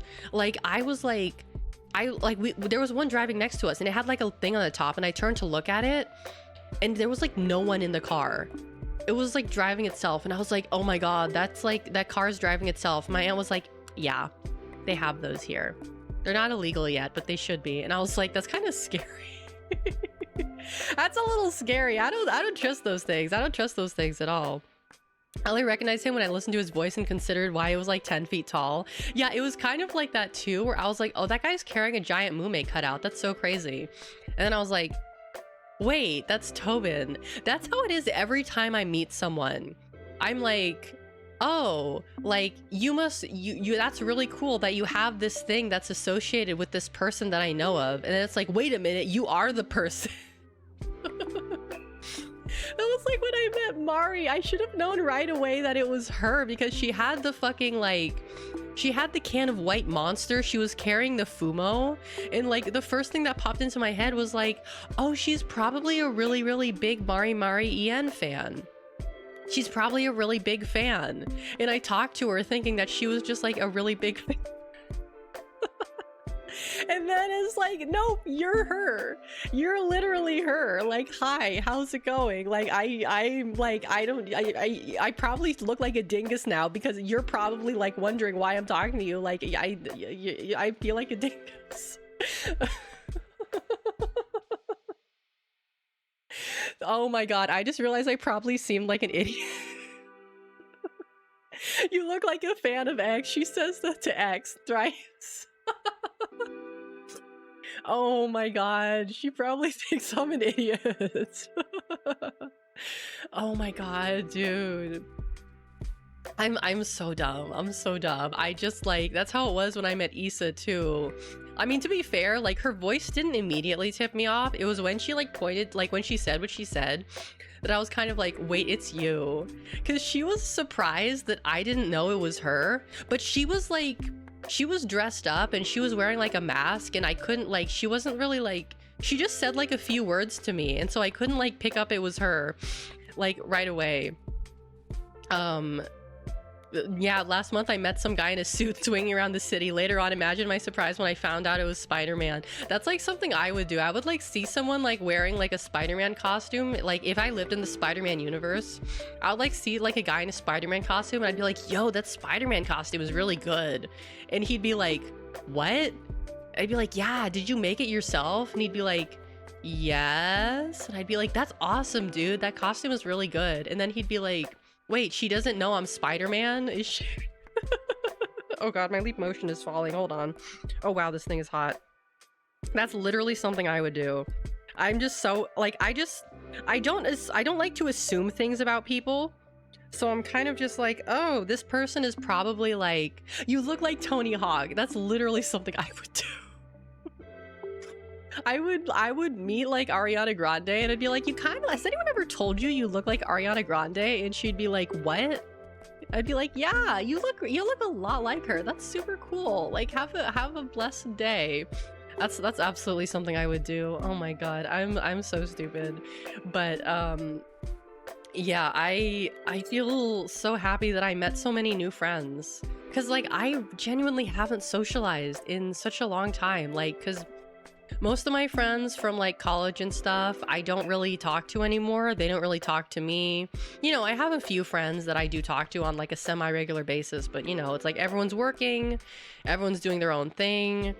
And it's not like it was like, you know, 4 or 5 years ago, right? It's not the same anymore. And I think like COVID was probably also like a big part of that too, just like people drifting apart and stuff and kind of like losing contact with each other. But it feels so nice for me to say that I have like a new friend group and that I met like so many really cool and awesome people. YouTube is giving me a clip of Rowan Atkinson telling a story like that. You look like Mr. Bean. I am Mr. Bean. I'm sure you wish you were. I wouldn't say that. I wouldn't like go that far to say like, yeah, sure you are. But like, I would like, I got it eventually, right? Like I picked up on it after like they gave me a hint, right? Like just like with Mari, there was something I noticed about her, and I was kind of like, huh, like that person looks like, no, it couldn't be her. Like that couldn't be her, right? No, it's like she's got the Fumo. She must be a fan, like, right? And I talked to her and then I'm like, wait, oh no, it's actually you. I wasn't expecting that. That just makes it seem like when I freaked out, I probably looked really stupid. Oh my god. Oh man. Me and my high school friend group are still going strong 6 years after graduation, still meet like every 1.5 month. I'm jealous. I'm really jealous of that. I only have like one, well, no, actually I have a few friends that I still talk to from like middle school and stuff, but we don't really talk super regularly. But yeah, I guess now that we've wrapped up Offkai, I should go into like the affiliate stuff. Like, so basically, I guess I'll talk about like my journey, I guess. So I originally started on YouTube in October of 2023. No, wait. A year and a half ago. No, 2022. Yeah, 2022. I didn't recently start. I started in October of 2022 on YouTube. And at the time, I was still living in Japan. And it's interesting because I was also, before I even started doing this, I was actually watching like Mari streams every day, because I would have my classes in the morning and I would come home from class and Mari would be streaming. So I would like watch all of her streams because it was like at a convenient time for me. And I was like, yeah, I love this. I love this little fish girl. She's great. I even considered on like applying to be a mod for her because I was just like watching her every day. But you know, then I decided to stream and my schedule changed, so that didn't go through. But I suppose like that's partly what gave me the push to start streaming, is just like seeing how much fun like she had and like other people had. Because I was really like, the only VTuber that I had really regularly watched before her was probably Kiryu Coco. And, you know, then she graduated and then I kind of like, you know how it is. You know what happened. I kind of like started exploring the indie sphere a little bit more. And I would say that's when I discovered Mari and Nyaru. And I started, oh god, I'm sitting on the cord, no wonder. That's when I started watching them, and that's kind of what gave me the push to start streaming. I started streaming on YouTube because I was under the mentality that like, I'm not gonna like try to start a fight or anything, but I was under the mentality that YouTube was the better streaming platform, which it's not. YouTube is a garbage streaming platform. It sucks to use. It's miserable. The UI is terrible. There's not a lot you can do with it. And it's lag. The lag. Oh my god, the delay is crazy on YouTube. There's like almost a 10-second delay with like chat messages on YouTube. It's crazy how bad the delay is over there. It's insane. I don't know how they can even like get away with having such like a shit product. It's so bad. I mean, I suppose if you're someone who doesn't read the chat, like you're a corpo VTuber and your chat goes too fast for you to even read, it's like it doesn't make a difference. But like the whole thing was like, I also wasn't growing on there. I wasn't satisfied with like just the like the people who come into who watch, like, not, I'm not trying to like shit talk people who watch YouTube streams, but like genuinely like the people who would come into my chat were just like really like just like kind of weird and kind of annoying, like just like kids who would just like try to like be kind of like, you know, like, because YouTube is more like, there's more like kids on YouTube, and you know, you get people who kind of try to like just be weird and like make the like try to attention seeking behavior is what I kind of saw a lot on like YouTube. I mean, when I did get interaction, I usually didn't get anything. I'll get into that, Ties. I'll get into that. But like it was, I just like, there's some VTubers who stream on YouTube and I watch their chats, and their chats are just full of the most annoying brain dead people on the planet. It's crazy. It's like, I understand why you don't read your chat. If I had to look at your chat every time I streamed, I would just probably kill myself, because like you have created a community that is like just fucking annoying as shit. I'm sorry. Oh man. And like, you know, like my friend Senna, she went from YouTube and she got banned there for pretty much a bullshit reason, and she came to Twitch as well. And I just found that like Smaller streamers get a bigger chance to get more viewers. Not at all, not the Dia, not at all. I was not growing on YouTube at all. I was not growing at all whatsoever. I did not start growing until I started streaming on Twitch. Like, I was lucky if I got maybe 2 people on my YouTube streams. There's no discoverability on YouTube unless you are actually making video content or doing music covers. If you are just streaming, you are probably not going to grow, like, at all, if any. Like, maybe you will grow, but it's you need to make videos or shorts or covers. You need to do all this fucking bullshit to get, like, people to watch you, and it's like, I don't want to do that fucking bullshit. I hate editing videos. I hate making shorts. I just want to stream. I just want to game. So Twitch is really, like, a much better fit for me. And I know people shit on Twitch a lot, but it is genuinely a much better platform to stream on than YouTube. Yeah, exactly. YouTube has messages like, wow, this background music is so good. My mom recently got cancer. Yeah, exactly. People are like that on YouTube. And it's like, what's your problem? Go fuck off somewhere else. It's not great in my experience. The YouTube Shorts thing is really kind of like, here's the thing about the YouTube Shorts. YouTube Shorts will inflate your sub count, but it will not increase your viewer count. It is very rare that, like, view count from shorts translates to viewer count on streams. It is extremely rare for that to happen. I have heard of people getting, like, big off of doing shorts and TikToks, but it's not a surefire, like, it's not guaranteed. Because also one thing I hate about YouTube is how there's a much higher dissonance between view count and sub count. You could have like 10,000 subscribers, but have only like 10 people watching your streams. I've seen it before. And it's like, what is the point? Like, why are those people subscribed to the channel if they're not watching the streams? Like, and then the view counts on the videos don't really even reflect that. Like, people like on YouTube subscribe to channels that they don't really watch. Whereas I feel like on Twitch, people are somewhat more likely to watch the channels they subscribe to. Follow, I should say. In my experience anyway.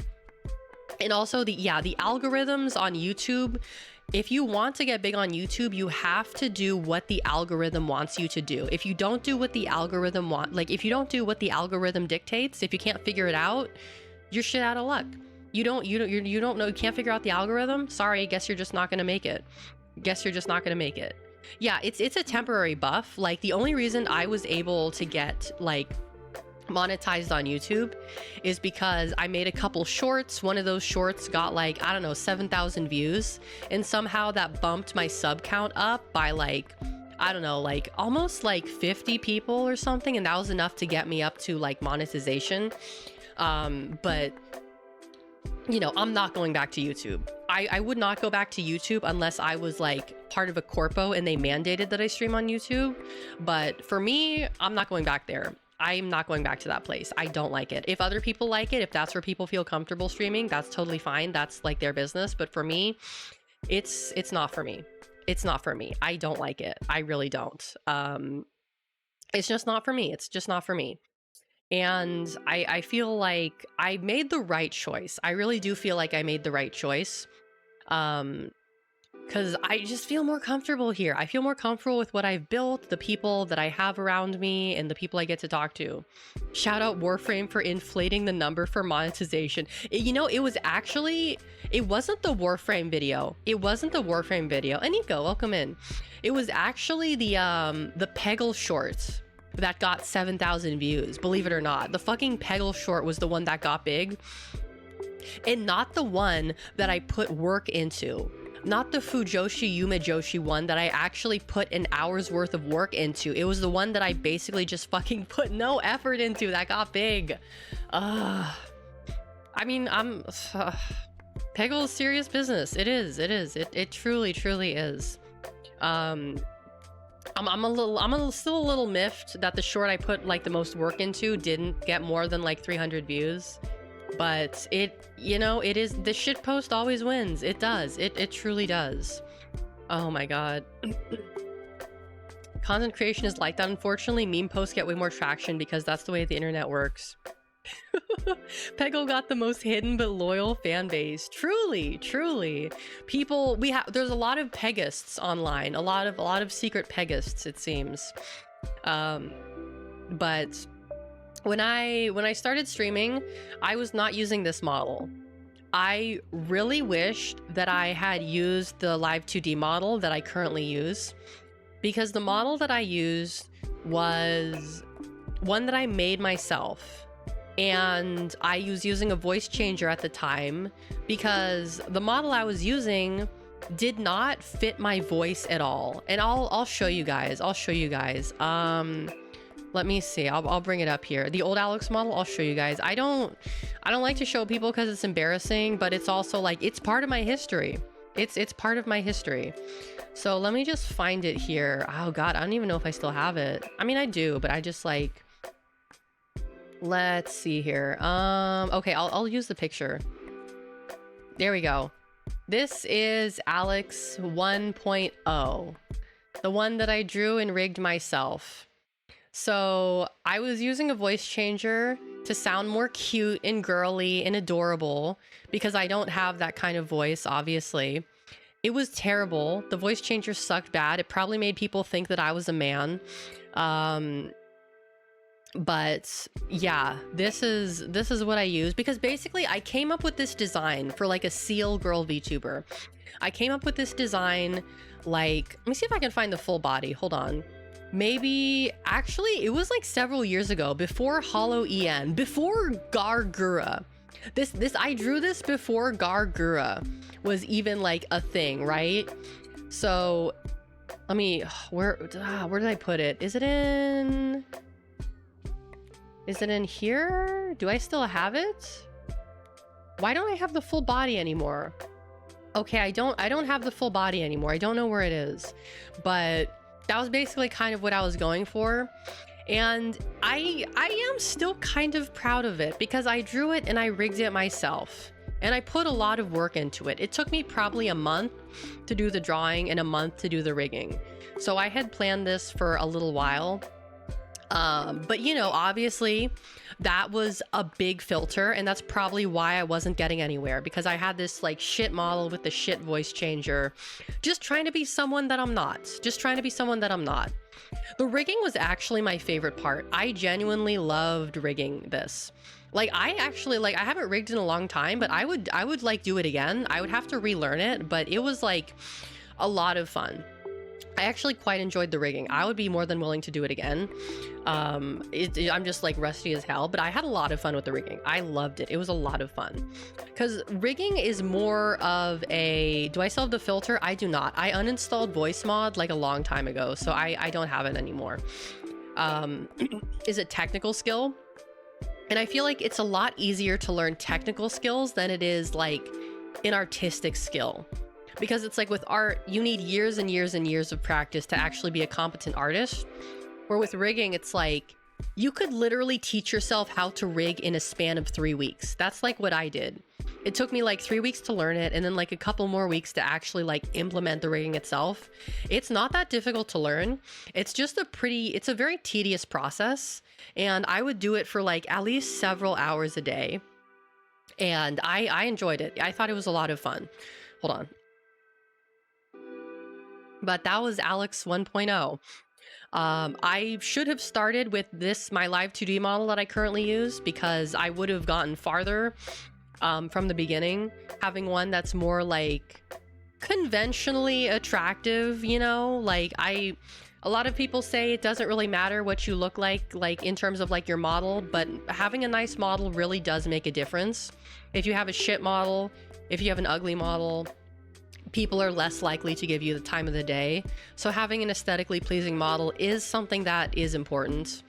Whether you like it or not, it is what it is, you know? Oh my god, Ties! Has it really been almost a year? Holy moly, almost a year! That's so crazy! Oh my god, well thank you for being here for that long. Thank you so much. That's so crazy. Wow. Yeah, see, I didn't, like, a lot of you guys only started like following me maybe a year ago. Like, I feel like I started really getting like people to pay attention to me like a year ago, which is like, you know, which is good. Like I was like, I don't know, I was like 6 months into it and I wasn't really getting anywhere. So when I started like switched over to the new model, that's when I felt like people kind of started to give me the time of day, which was, you know, which was nice, which was good. Your model doesn't need to be the best, but it also can't be bad. Exactly. Like, it's like, that's a problem with a lot of Vroid models, is that they have a specific look to them and people don't bother to texture them. And because, like, you know, there's like, I've seen really beautiful Vroid models that are handcrafted and look gorgeous. And I see Vroid models that look like hardly any different from the stock model. And there's also, if you're going to be doing 3D, there's also a lot of other things you have to kind of keep in mind when you're using a 3D program. And that's, I feel like, something that a lot of people don't do. You know, thankfully, when I switched, like, I'm going to be fully 3D, probably pretty soon. There's a lot of like stuff with 3D that like is more complicated than like 2D. Thankfully, I have Dollie here to help me figure that stuff out. I mean, she does most of it for me, but you know, without her, I wouldn't have this gorgeous 3D model, and she's making me a new one too. So I'm gonna be having a a new model showcase, probably at the end of this month, hopefully. I don't know, it's kind of up in the air right now, but we'll see. I'm looking forward to it, because when I get my new model, that means I can finally start doing merch stuff, because I do not own the rights to the model I am using right now. I don't own the rights to it. It was a $20 model off of what was the website I used? Not Booth. Nazima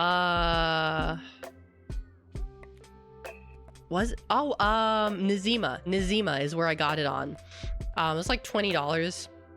Actually, it was less than that because of the exchange rate. It was probably like $15. But I loved it at first sight because it had the vibe that I really wanted, which is kind of like this monochromatic sort of look. I know it's not very exciting. I know it's not very interesting, but it feels very true to me. I'm not someone who, like, if you put like a Genshin character model on me and like that type of design, it just wouldn't suit me. It would be like putting like, I don't know, like 50,000 plastic flowers on like a vanilla cake, right? It doesn't make it taste any better. It just makes it look silly. It just makes it look goofy. It's not me. Some people can pull it off, but I'm not one of those people. Found you some random evening when I was in a capsule hotel. I'm an idiot. Chilling out from a hangover. Really? You found me after a raid too? Okay. Yeah, time does fly. The business suit fits you well. I do feel that way. Very, very, the formality does kind of suit me. I am like kind of a formal person. So I do feel like that is true to like my my personality in a way. I actually started, the first thing I ever streamed was a Dark Souls 3 playthrough, which I never actually finished. And I'm very embarrassed about that because I was doing a faith build, no armor faith build, which I've done before. And I got stumped because I was fighting against Dragon Slayer armor, which I've beaten before on the same build. And I was getting really pissed because I couldn't beat him. And I would just, you know, do the same thing for hours. And that's when I kind of started to get a little bit worried because I was kind of like, well, I'm fighting this boss for like several hours at a time and I'm not getting anywhere. And I feel like that's a boring stream. So I kind of like switched to do something else. But I was also kind of like, well, if I don't beat him on stream, then there's going to be, it's not going to make sense, right? It's going to be weird. No armor phase build on DS3. No wonder you got soft lock. I've done it before though. I've literally done it before. That's the thing though. I've literally beaten him like on that same exact build. So I was just having a lot of trouble like this specific time. I'm thinking about going back to it, but I have so much other stuff I want to do right now. You know, I've got like, I want to finish Dead Island. I'm going to play more Warframe. I want to do Skyrim, modded Skyrim. I do have to continue Yakuza Kiwami 2 eventually. Oh, can you see that? There we go. There's so much I want to do. There's so much I really want to do. And I just have to find time for it. And I'm also going to be streaming a little bit less frequently because I've got like work and school. So I know that like streaming the way I do is like not necessarily the best. Like being a variety streamer is really best for like growth from what I've heard, like playing a new thing every day. But I like to play games to completion unless I really hate the game. And like if I don't like a game, then I won't play it to completion. And I would say most of the games I've played I've liked. I really liked. Oh my god, shut up about Chris Pratt as Majima. Is the cast, hold on, is the cast announced? Who is Majima? I have to know. Okay, the live action series is announced. It's announced for Amazon Prime Video this fall. Okay, that implies confirmed actors, episodes, and more. Okay, this is from MSN.com. Hold on, we're taking a brief detour to figure out who's Majima. Because he's got to look like, he has to look a certain way, right? Okay, does it, oh god, is it a fucking video? Okay, Kazuma Kiryu has been confirmed to be played by Ryoma Takeuchi. Other cast members are currently unknown. Okay, so we only know who Kiryu is. God damn it, who is Majima? I need to know right now. No, it's a joke. It's a joke. I need to know who Majima is right now, dude. Come on. Are there any leaks? Are there any leaks? No leaks? Okay. God damn it. Cause like it's gonna be like it's not gonna be Yakuza 0 Majima. It's gonna be like crazy crackhead Majima. And I want to know if the actor who plays him has the right amount of crackhead energy, because you have to have at least some crackhead energy to play Majima. They should get Will Smith. I don't think that's going to work for a variety of reasons. No, not the voice actors union. It's not even, they don't even have a voice actors union in Japan. They probably do. Maybe, I don't know. Let me Google this real quick so I'm not talking out of my ass.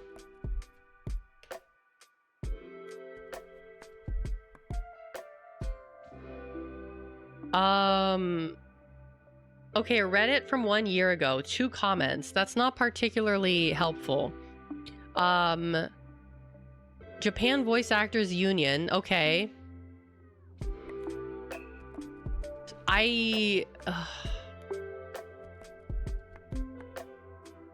Okay, I don't know. It doesn't seem like they do have a union.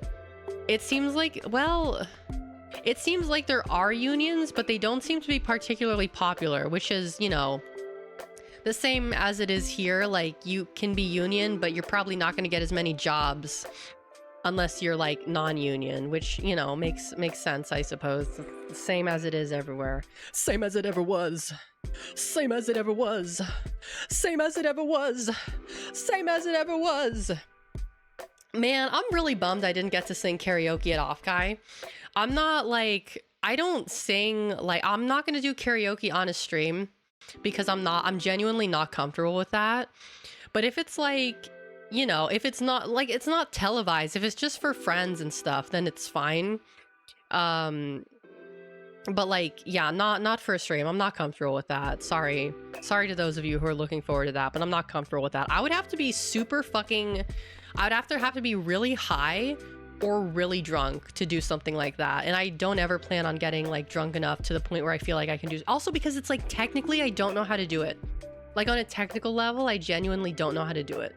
Because it's like there's the echo, and then you have to make sure the timing on the backing track is right. Because every time I've tried to sing along to something, like on a video or something, and I watch the VOD, it's like they're going at two different like times, and I'm like, what? That I don't understand that. I was singing in tune with like at the exact same time as the notes, and then I listened to the VOD and it's like, no, I wasn't singing in tune with the notes. It's like, I don't understand, like why what do I have to do? What do I have to do? I don't understand. Anyway, if it got you both high and drunk, would you do it? I'm not gonna answer that. Save a Union, I doubt they have any political power. Yeah, it's probably one of those things that they just don't really have that much power. I mean, voice actors in general, regardless of where you are, don't seem to have very much power anywhere. So that's part of it. Oh my god. I'm gonna have to clean all this shit up. All my weeb shit out of the way, because I have a friend who's gonna be coming over on Friday.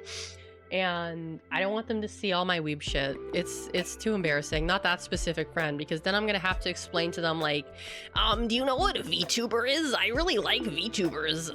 No, I don't want to do that. Not to her. Oh god.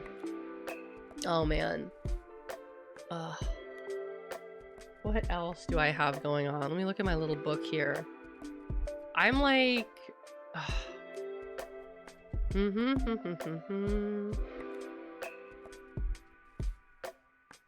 actually, that's right. So I'm gonna gatekeep this place because like it's really good. But when I was at Offkai, we all went to get curry at this really, really famous. I mean, I guess it's kind of famous. I don't know if it's really, really famous. It's like a Japanese curry house nearby the Offkai place, and the curry I had there was probably some of the best curry I've ever had in my life.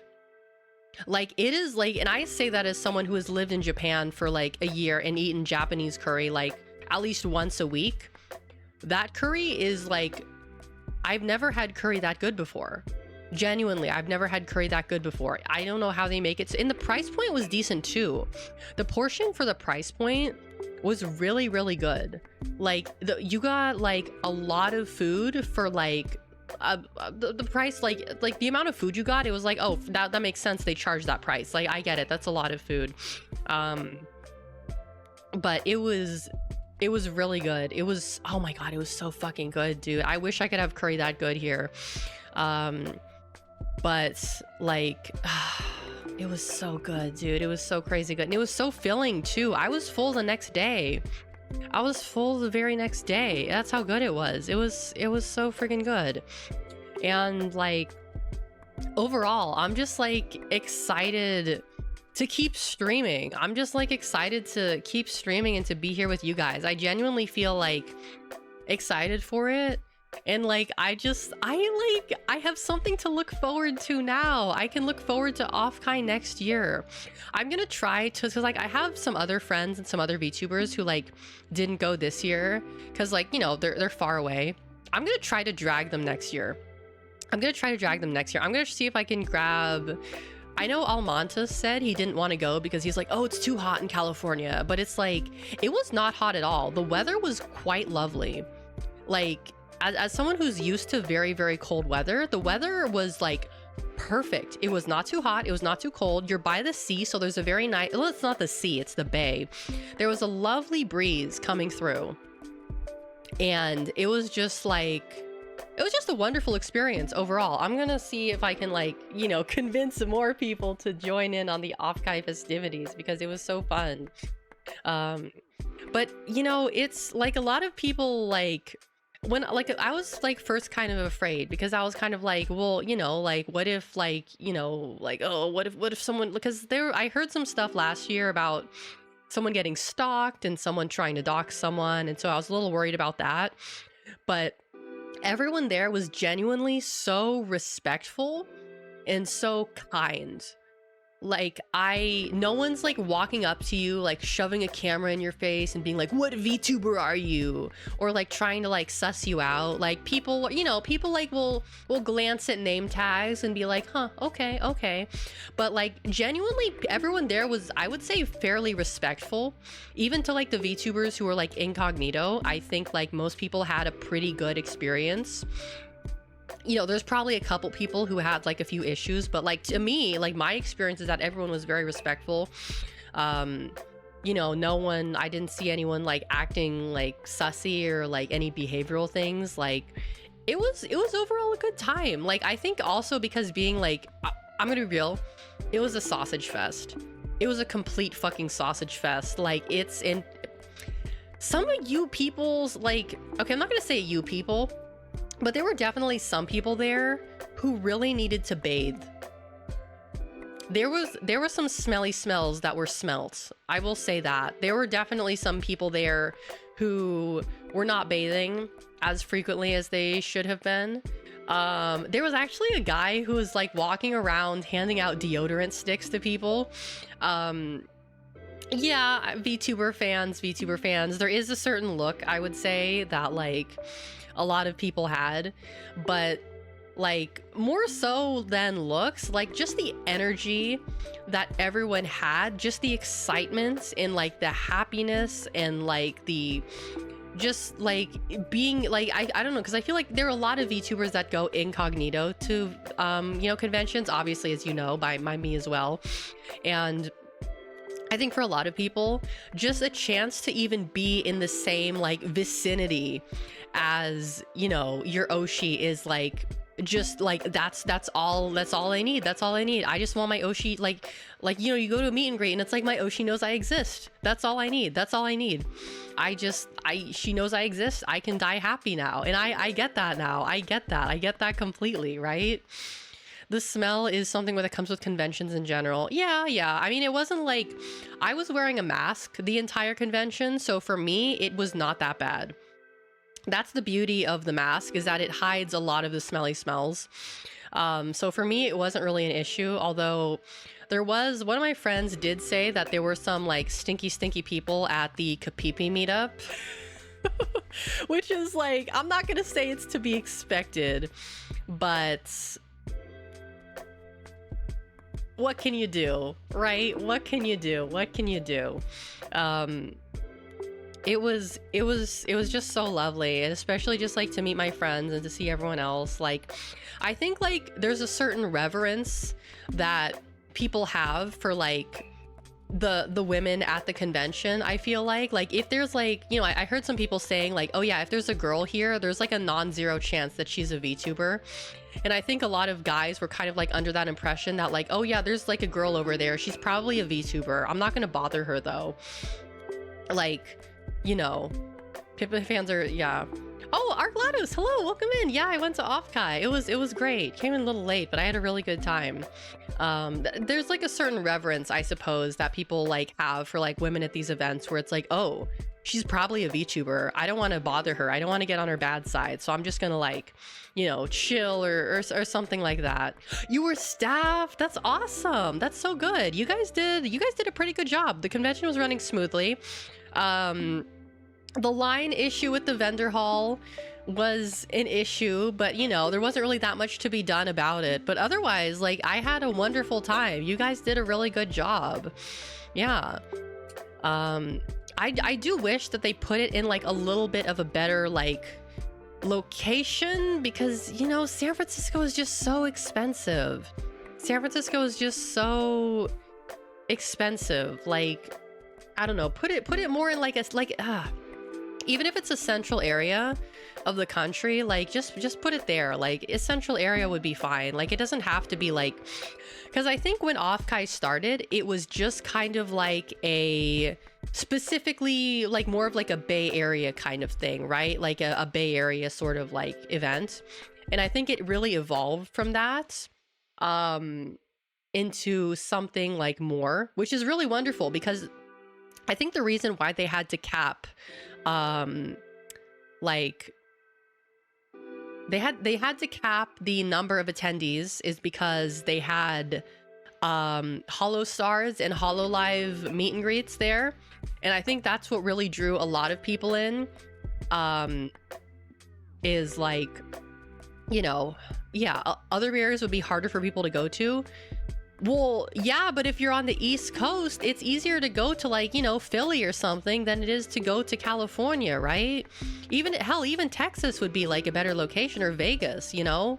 Put it somewhere like, cause you know, like here's the thing, it's not, I don't know. I don't know about these things. I just think like having it in a more like central location in the country, at least like slightly more central, would probably be easier. Because there's a lot of like convention centers all around the countries. Like my dad, he does martial arts. So he travels around the country for like, you know, events and meetups and stuff. And like he's gone to Salt Lake, he's gone to Philly, he's gone to, you know, Texas, he's gone to like Ohio, he's gone to like, you know, all across the US. There's like so many places where you could have it. Preferably not Florida, because Florida is just hard for everyone to get to, I think. Florida is just hard for everyone to get to. Unless you live in Florida. I don't think there's that many VTuber fans from Florida, but I could be wrong. Volunteers from the East Coast, that's crazy. Flying like 6 hours across the country to like volunteer at an event, that's dedication right there. That's some crazy dedication. My goodness, my egg goes off to them. My egg goes off to them. Can I turn off the egg? Hold on. I'm gonna turn off the egg real fast. Just for the bit. I'm gonna turn off the egg. Oh, did it not work? Okay, never mind. So much for that. Now I have 2 eggs on my head. It's fine. It's fine. Yeah, I mean, like, I hope that they do, because I heard that the first Offkai was in San Jose. I assume it wasn't at the same convention center as Fanime, because the Fanime Convention Center is really, really big. Like, I feel like that would be a good size for it. But maybe that's too big. I don't know. But if there's anything that they learned from this year, I hope it's that, like, you know, getting more guests of various sizes, like big and small, is probably going to be like a good idea. And if they do get more like big guests in, you know, like Hollow Stars or, you know, Vishojo or whatever, that they have like, they allocate more space for it. Like, I don't know. I just think like, you know, being able to have multiple meet and greets, like potentially like have like, oh, this VTuber is doing a meet and greet at like 12 and then they're doing one the next day at like, you know, 3 p.m. Like, obviously that's going to be kind of hard for them to schedule, but like being able to do multiple meet and greets on multiple different days rather than have it be like, okay, the Gavis Battle meet and greet is at 4 o'clock. And if you don't get your ticket, then you're shit out of luck. Like, I feel like that would be nice, but also that's kind of like would depend on if the talent themselves has time for it. So yeah. I mean, like, other than that, like, I wish the arcade was bigger. I wish the vendors hall was bigger. The lines, like, were definitely an issue, but that's just because there were so many people there. But yeah, like that's the thing, is that it is easy for people in the Bay Area, but for everyone else who's not in the Bay Area, I'd be very curious to know the demographic information of how many people are coming from the Bay Area and how many people are coming from outside the Bay Area, because it could very well be 50-50. You know, there was a guy who said he was from, like, he came from, where did he come from? Amsterdam or something? Or like Norway or one of those like European countries. And that's like a crazy long flight to go to spend in like a hotel for like 3 days, right? That's like dedication right there. That's really crazy. It's just, yeah, it was a lot. It was overall just like a wonderful experience, I would say. Yeah, and I think like everyone else is like talking about it now. I do wish I had done like a little bit more networking, but I also feel like I didn't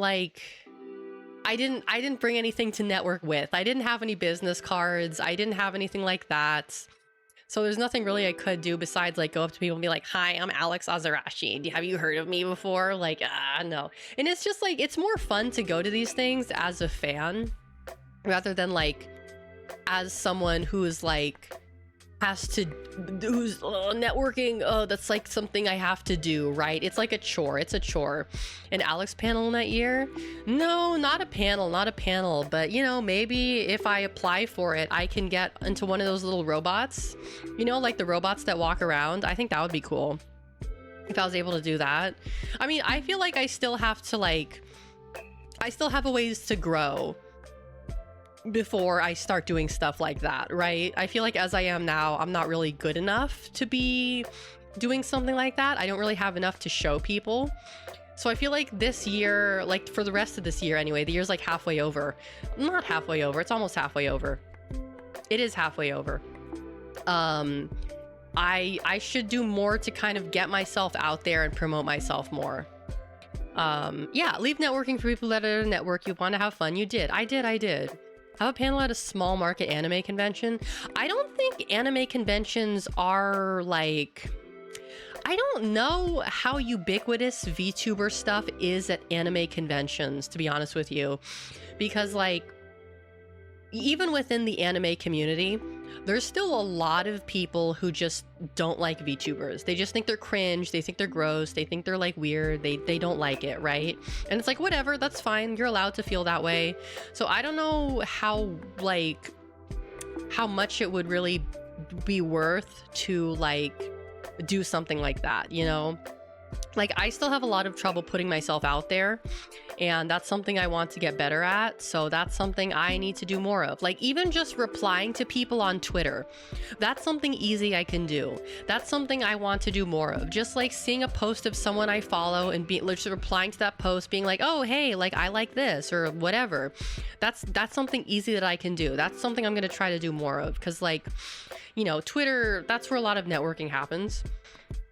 I think there's also like kind of a misconception with how like relationships like kind of work within the VTuber sphere. And by relationships, I mean like friendships and stuff.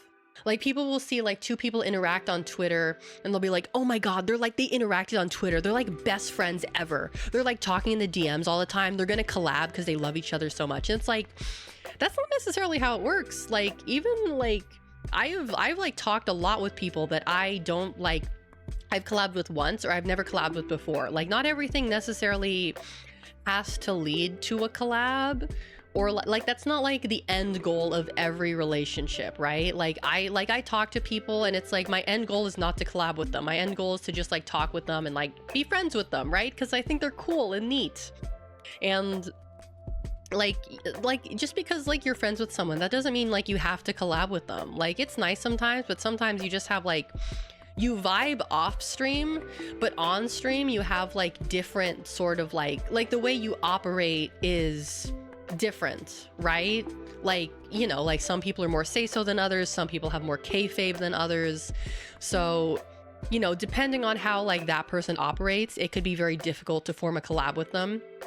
Like, for me, what I struggle with in collabs is I'm the kind of person where I like to talk about like stuff that happens, like relatable things like in my life, like work or like school and stuff. And if I were to like have to collab with someone with a very high level of kayfabe, I don't think it would work. I don't think it would work very well. Or like, you know, vice versa. Or, you know, some people are more private than others. Some people are like, I don't even want people to know that I'm in school. I don't even want people to know that I have a job. So it's kind of like, you really sort of have to feel out like what, like, you know, the person you're talking to, what their vibe is.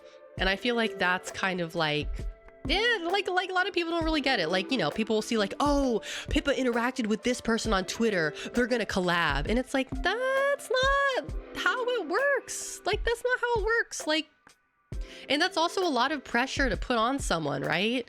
Like, to say like, oh, you interacted with this person, so that means you have to collab. Like, no, like, you can be friends and not collab, and you can be friends and like not even interact with each other's posts, right? Like, you can be besties and just like not interact with each other's posts at all. Like, it goes like both ways. You don't even have to be in the same Discord server and you could be besties. It's like, it's like a totally, it's not like, yeah, it's not.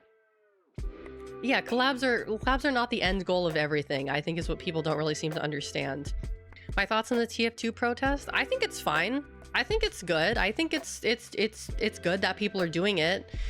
I don't know that it's really going to amount to much, to be honest with you. I don't have a whole lot of faith in Valve at this point. I don't think I'm trying not to be pessimistic about it, but I also don't really like, I don't know, I just don't feel like Valve is really gonna care. Like, they're a multi-billion-dollar company. It's like people who are protesting fucking Starbucks. Like, it's Starbucks. You're not doing anything. Grow up, you know? I mean, I'm not saying that about like TF2 protests. I think it is a good thing and I respect the people who do it, but I don't have any expectations. I don't have any expectations. I tried to sign the form, but it got mad at me for having a VPN, and I like, I'll do it eventually, but it was just like, oh yeah, you have a VPN on, you can't sign the form. And I'm like, well, fuck you then. I guess I'll just not sign it. Fuck you. Fuck you. Leave me alone. Stop trying to steal my IP address. God damn it. It's like over a 10-year-old game. Yeah, exactly. And then they're like, oh, we're gonna make like an Overwatch. Like, we're gonna make like Overwatch, but if it was good. And it's like, I highly doubt that's what's gonna happen. I highly doubt you're gonna make good Overwatch. The VPN block is because of people doxing the site. Oh, you mean they're like, DDoSing it? There's people DDoS? Oh, it's probably the bot hosters that are DDoSing it. Okay, that makes sense. Overwatch if it was good, just TF2. It is, it really is. I have some more water. God. I really wanted to drink tonight, but I was starting to get a headache earlier, so I had to take some Advil. And you know, I'm not gonna drink when I've had my Advil because that's just a recipe for disaster, and I don't want to overwork my poor liver. The new game is actually TF3. Oh god, can you imagine? Can you fucking imagine, dude? That would be, oh god.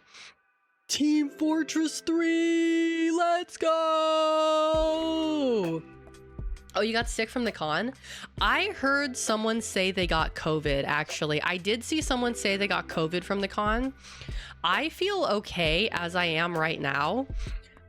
If I start to feel icky, then I might take a COVID test because we have some COVID tests here. So I may like take a COVID test, but I feel okay, all things considered. I haven't really been feeling like sick or anything like that. So I think, God willing, I should be okay. COVID and whooping cough? Whooping cough. I'm glad I wore that mask then. Okay. Goodness me. Whooping cough. Really? That's something you get in like middle school, right? Whooping cough. It's like, yeah, it's like something you get in middle school. What the fuck? That's like, it's most dangerous for babies. Okay, well, I didn't see any babies at the convention. Okay. Team Fortress 3, Episode 1. Yeah, I do not feel like I have the crud. Well, actually, how long after exposure should you take a COVID test? Long after exposure should you... Misspelling my... How long after exposure should you COVID test? It can take almost a week after exposure to COVID-19 to have a positive test result.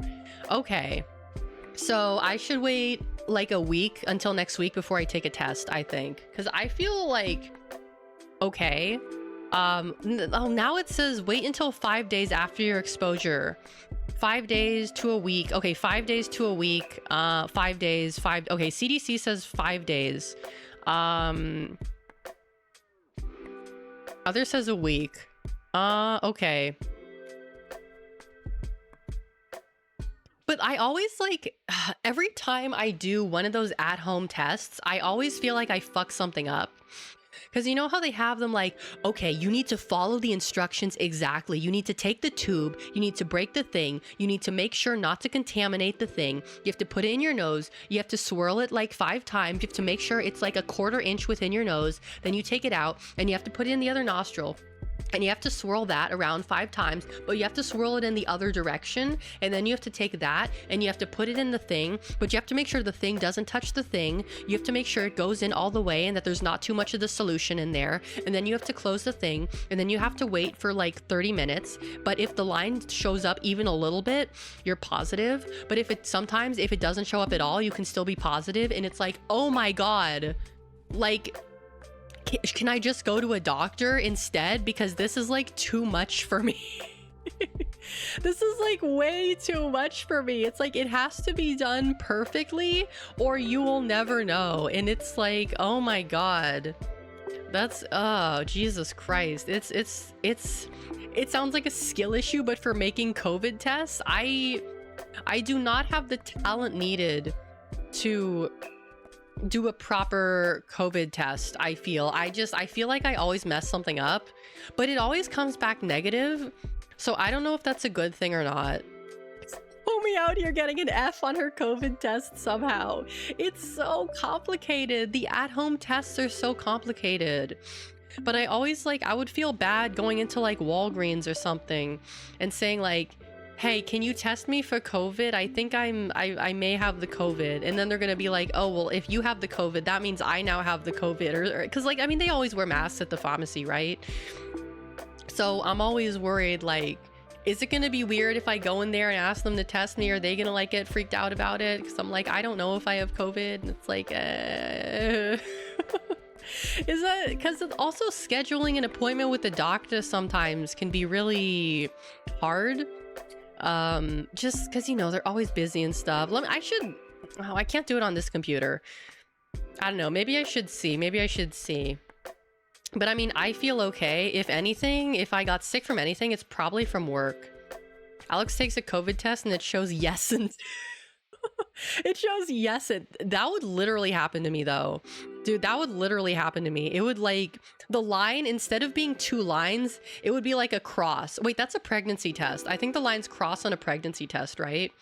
I don't know. It just says bruh. It would though. With my luck, it absolutely would. Oh my god. Yes. It totally would. Oh my god, dude. Oh my god.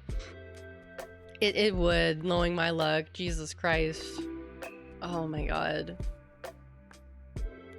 But I definitely I feel okay. I feel healthy.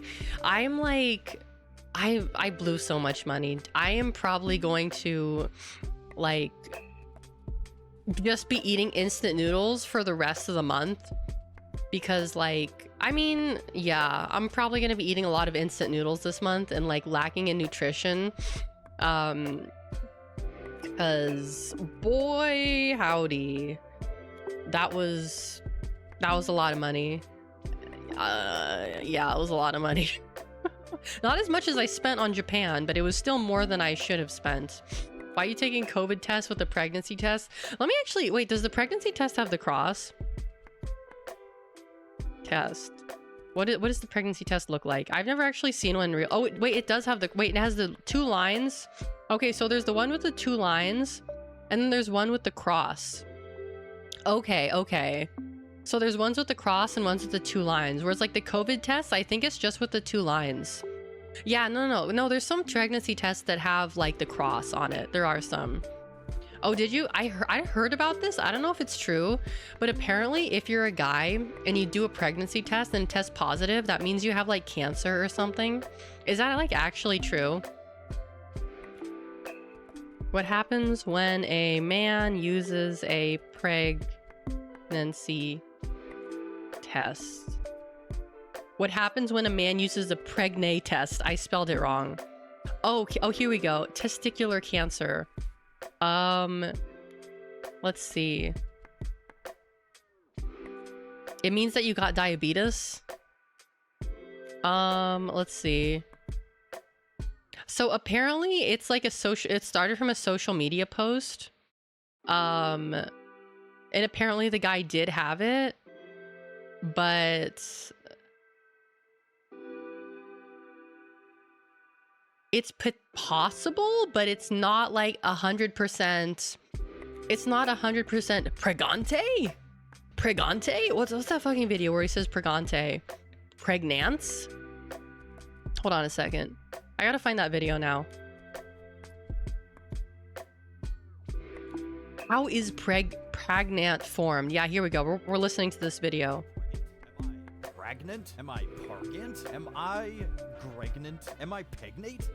Help? Is there a possibility that I'm pegrant? Am I pregnant or am I okay? Could I be pregonate? How do I know if I'm prengan? Can I be pregnant? Can Pregnant? Pregante. Can oo bleed Pregante. while oo are pergert? Can oo down a 20-foot water slide pegnat? How can I get my GF pregnant? What happened when get perginat? How can a 9-year-old get pregnant? Will my get pragnan? What is the best time to sex to become pregnant? Does anyone know how many teens get pregnant a year? Are these systems of being pregnant? Girlfriend ain't had periods since she got pregat. Is it possible having sex to a 8 months pregnant? If a woman has starch marks on her Starch marks! If a woman has starch masks on her body, does that mean she has been pregnant before?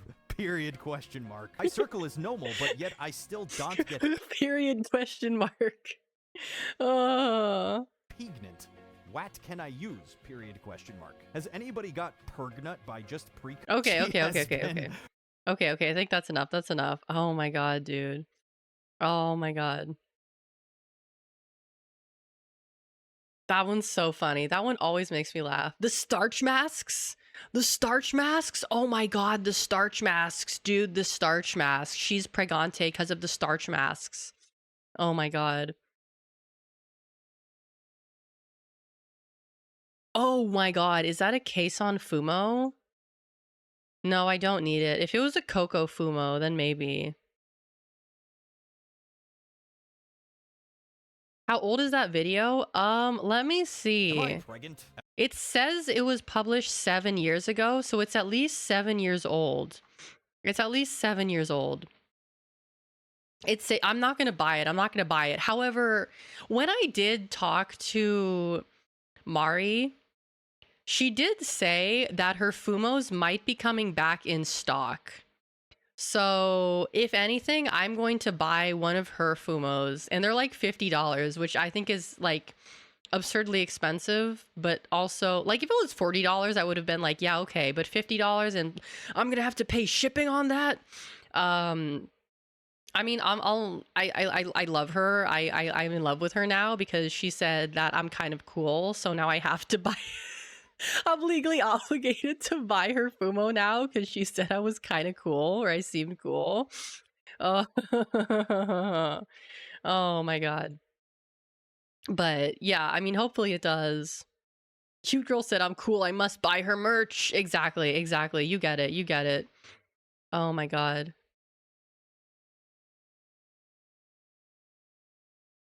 Just looking for something real fast.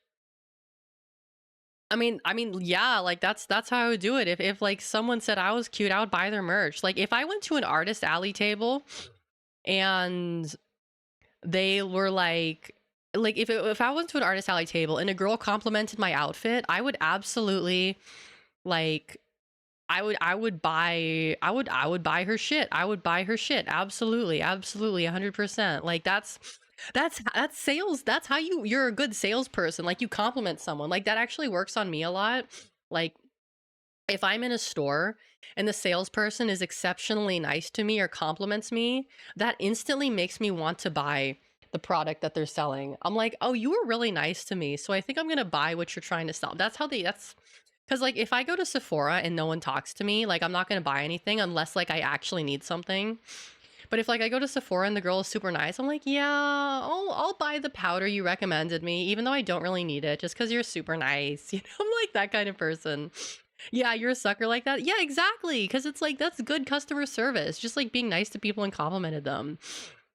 Because like I got like because when I was in customer service, I used to do that too. But then like I got a few people who were like, actually, it was like one person, like I complimented them. It was like this like older woman. And she was like, oh, you're just trying to compliment me, so I'm going to buy something from you. And I was like, okay, girl. Okay, I'll leave you alone. I get it. I get it. All right, bye, girl, bye. Like, I'm okay. Okay, that's how it's gonna be. I'm just gonna leave. All right, you do your own thing. Like, oh, all right, sure, sure. All I need to do to become a great salesman is to become a saleswoman. You're the same, Aloha Gator. You're the same. I mean, it's not like I do it because like I'm trying to like scam them, right? It's just like, oh, like, I like it. Cause I genuinely like don't compliment people unless like I like, I actually like want to compliment them or I feel comfortable enough doing it. Cause I'm like kind of weird about compliments. I generally don't like to be like I generally don't like people to comment on my appearance, whether it's like good or bad. Like I don't like people to like just talk about my appearance in general, like unless I know them and we're on like the same page. I just generally speaking don't like people to like talk about my appearance. It makes me really really uncomfortable. Like even if it's a compliment, it still makes me uncomfortable. But like if it's someone I know, like if it's like a girlfriend or something, then it's fine. Oh, are you complimenting me? Are you after my blood or something? I hated scamming people with the shoe care I had to sell. It never worked, and they tried to force me to sell to the old folks who don't know better. Yeah, I know. I was the same way. When I worked retail, I had to sign people up for credit cards. And I hated doing that. I fucking hated doing that. It was like the bane of my job. And like I tried to get out of doing it because I was union at the store I worked at. And I was kind of under the impression that, oh, if I'm union, then you can't fire me for not signing people up for credit cards. And then like the store manager was like, talk to me and he's like, yeah, you actually need to like sign someone up for a credit card or you will get fired. Like union or not, like you actually need to do that. That's in your contract. I was like, oh shit. Oh shit. But I had my coworker help me sell a credit card, which they really did all the work for me because it was like I feel so bad about this because it was basically like this older Chinese. Was it she old? It was like a middle-aged Chinese woman, and she didn't really speak that much English. And like my coworker was Chinese, so she was basically the liaison between us, and she signed her up for a credit card somehow. And I'm just like, oh god, I feel so bad about that. That's gonna tank her credit score. Mars, hello, welcome in. Good to see you. Thank you, thank you. Yeah, the credits, oh my god, it's just it feels so nasty to do. It genuinely feels really nasty to fucking like sign someone up for a credit card, right? It's like, it's icky. It's really yucky. I don't like it. I think they should like, I mean, I get why they do it, but it's genuinely so scummy. And then you get punished because nobody wants a credit card. Nobody wants to sign up for a fucking credit card. And they're like, "Oh yeah, you still need to get your quota in." And it's like the only people I can sign up for credit cards are dumb idiots who don't know any better and old people. And even now, old people like you talk to them and they're like, "Oh no, I have too many credit cards already, dear. I'm so sorry." And it's like they open their wallet and they have like 10 credit cards and it's like, "Oh, you weren't lying. You were not lying. Oh my god." Back when I had to sell 5 shoe care in one day, I had this rude and awful customer, treated everyone poorly. I slipped in 5 shoe care items in his shoe boxes and he bought them. Oh my god, dude. That's the way to do it. I remember one time I was working. This is when I worked at a beauty store. And like I was by myself that day. And there's this lady who came in. I've never seen her before in my life. And she was like, "Hi, I'm here because I wanted to apologize about how I acted yesterday. I don't know if the girl who was there yesterday is working today, but I just wanted to say that I'm really sorry for like acting the way I did." And I was so taken aback by that. Like this lady who apparently the day prior had come in and had a meltdown or something, came in to apologize for her behavior. Can you believe that? Can you believe that? Isn't that crazy? That was like, oh my god. I was like, oh my god, good people do exist in this world. Holy moly. And I was like, yeah, sure, I'll tell her. Like, yeah, I'll pass on the message. But yeah, thank you for like apologizing. Very, very unexpected, I know. Credit cards are slimy to people who don't know better. If someone is sick, they're gonna abuse that to no end. Exactly. It's really bad. It's really bad. It's like America is a country that runs on credit. Like everyone I've met from like everywhere else in the world does not understand like the credit card thing here. They're like, why does everyone in America pay with a credit card? And it's like, Well, because a lot of people just straight up have to. Like, they don't have a choice. Like, oh, I can't pay for this, but I can put it on a credit card. Because I know, like, in other countries, it's a lot harder to get a credit card. Like, I know in Japan, it's very difficult to get a credit card. I think it's the same in, like, other countries as well. Like, you actually have to, like, prove that you have, like, a stable job and, like, you know, income and stuff. Like, you don't even, like, I swear to God, you can get a credit card without even being employed. It's crazy how easy it is to get a credit card here. I get that shit in the mail, like, at least once a week. Um, yeah, you definitely need to know how to use it. Like mine, like they keep raising the limit on mine, even though I don't like I've never spent more than like I've never had a balance of over $3,000 on my credit card, and they keep raising my not my balance, my limits, which is interesting. I don't know why they think that's going to make me spend more money because it's not. I'm not. No, I see that money and I'm like, no, I have to pay that back. I have to pay that back or they're going to charge me. You're pre-approved to ruin your life. Exactly. Exactly. I had this woman every Christmas. She would wait for me and give me a hard shoe to find. When I take 3 minutes to get it, she would belittle and yell at me. That's so weird. Yeah, there's definitely people like that you meet in retail who seem to have like almost like a fetish for just like being rude and shitty to like service people. It's definitely a problem and it's very strange. It's like they get off on it or something because it's just like there's so many things. It's like you can't possibly be this rude and like think that you're in the right here. You know, like you're not actually like you don't actually think that you're being like right. You don't think you're the good person here, right? There's no way, right? You're not the good person here. You don't think you are, right? You got to be crazy if you think you are. You're nuts. You're cuckoo bananas in the head. Like, you haven't had any bad customer interactions? That's good. I've had a few bad ones. None of them were like particularly like terrible. The only thing that's kind of annoying is just like, I just didn't like the pressure of it. I am not the kind of person who like does well under pressure. And so, like, you know, having to go into work and having my boss say, okay, you need to sell $2,000 worth of makeup today. And having two customers come in. It's like, sorry, there's not much I can do about that. And she's like, well, you could have tried harder. And it's like, if I tried harder, they would leave without buying anything.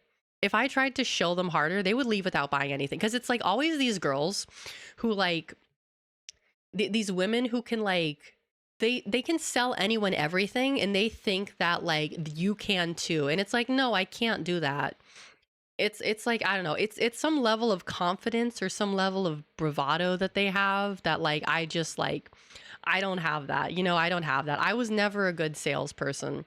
I come from a line of salespeople, but I did not get that talent, unfortunately, despite the fact that I did work retail for several years. I'm just not good at it. It's so draining. It's so draining. Oh my God. Yeah, it's not within my skill set either. Not at all. Not at all. And it's a little bit unfortunate because it's like it's an easy job to get, but it's also kind of like not super fun unless you're really into the social aspect of it and you like a challenge, right? Let me have some water.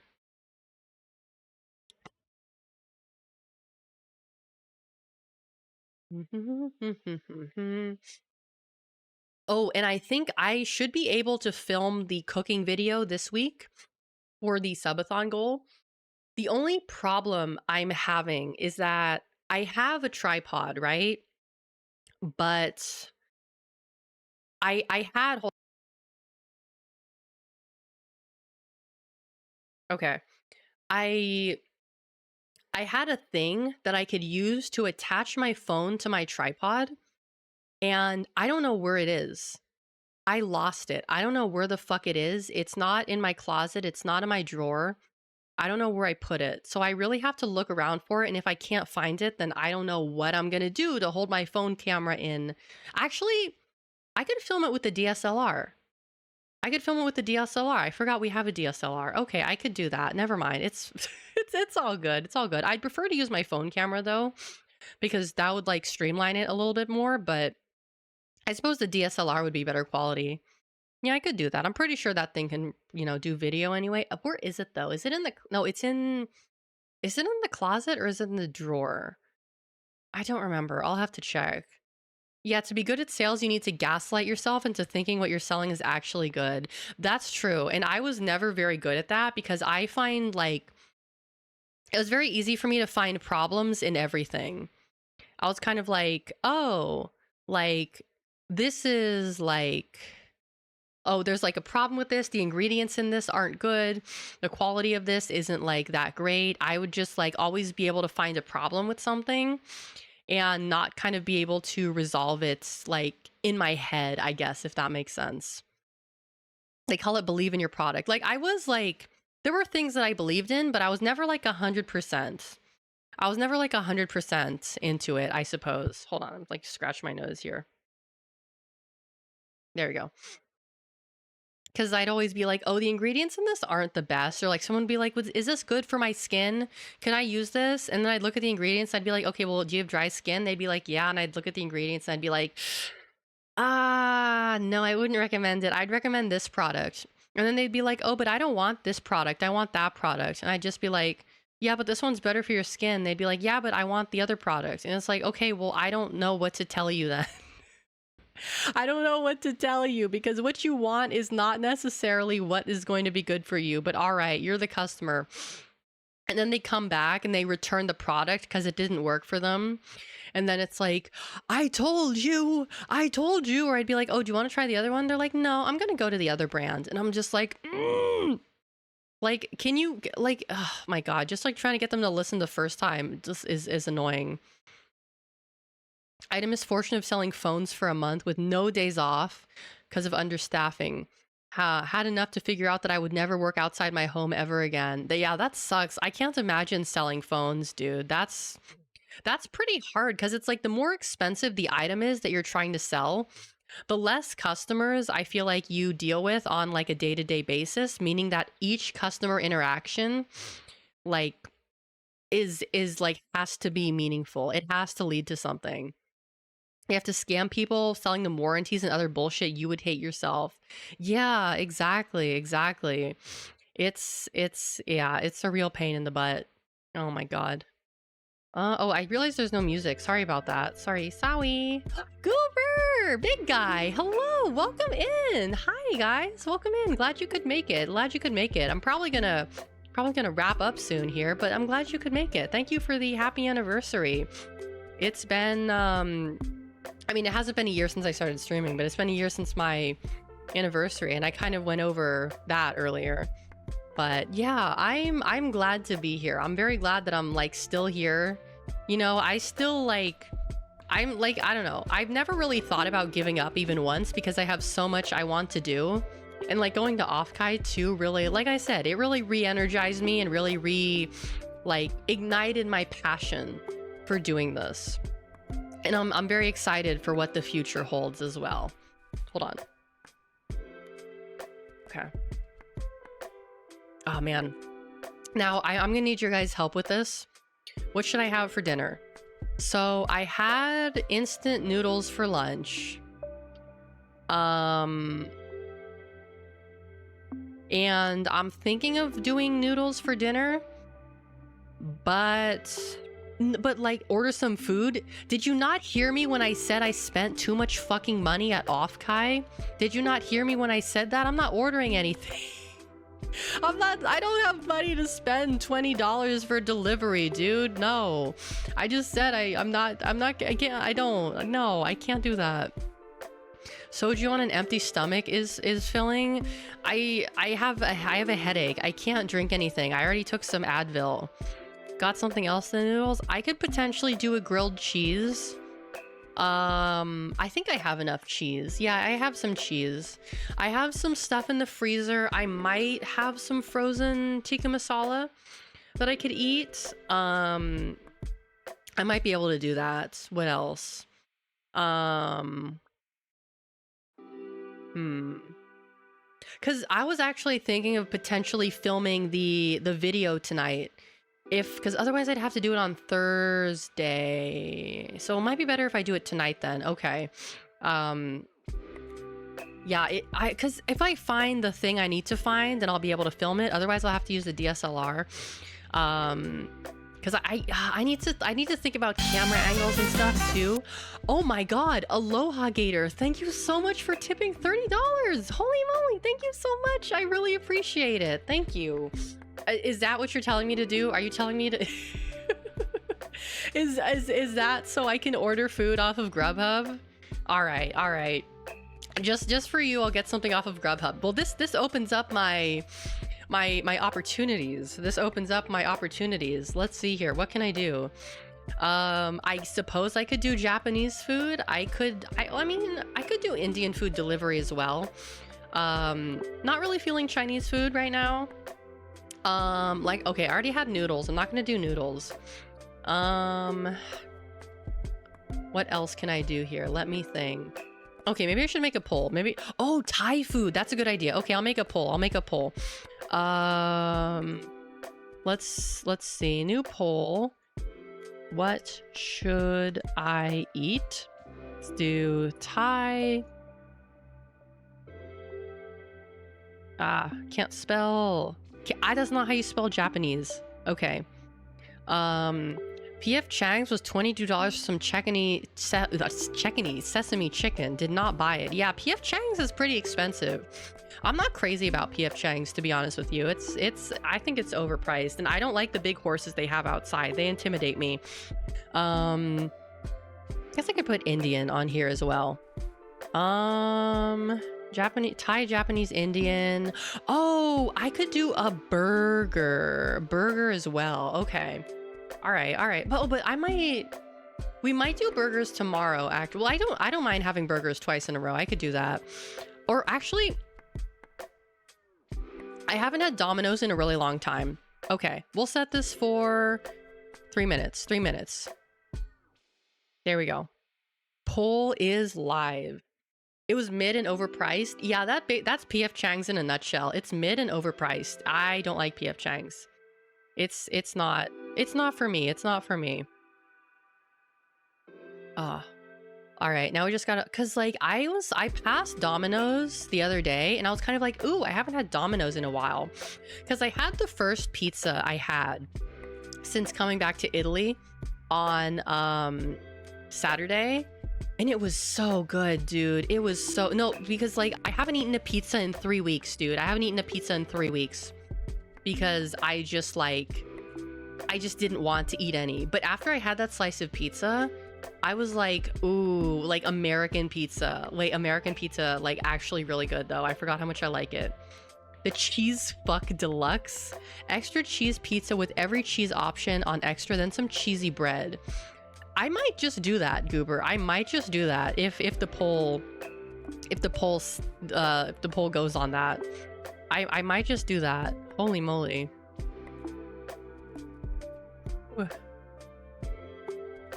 Because like what I like to do is I like to get the garlic pizza. Because they have the garlic. Oh no, I need the garlic dipping sauce. The garlic dipping sauce that actually isn't made of garlic. That shit is good. That shit is really good. I love that crap. You're the only vote on Domino's? Really? Oh man. Oh geez, guys.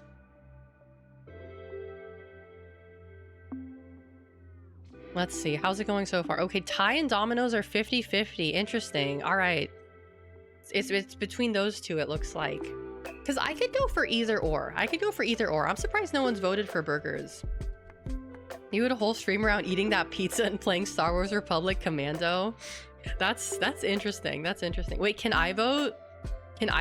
Wait, I can vote. The streamer can vote. Okay, wait, I don't know what to vote for.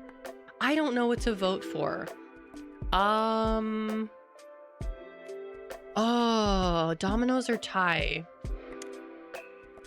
Well, here's the thing. If I get Thai food, I'm probably gonna get noodles. So I'm gonna say Domino's. If I get Thai... Oh, wait, what's the picture you sent me? That is a lot of cheese, Goober. That is a lot of fucking cheese. That is indeed a cheese fuck deluxe. Holy crap. You weren't lying about that. Oh my god.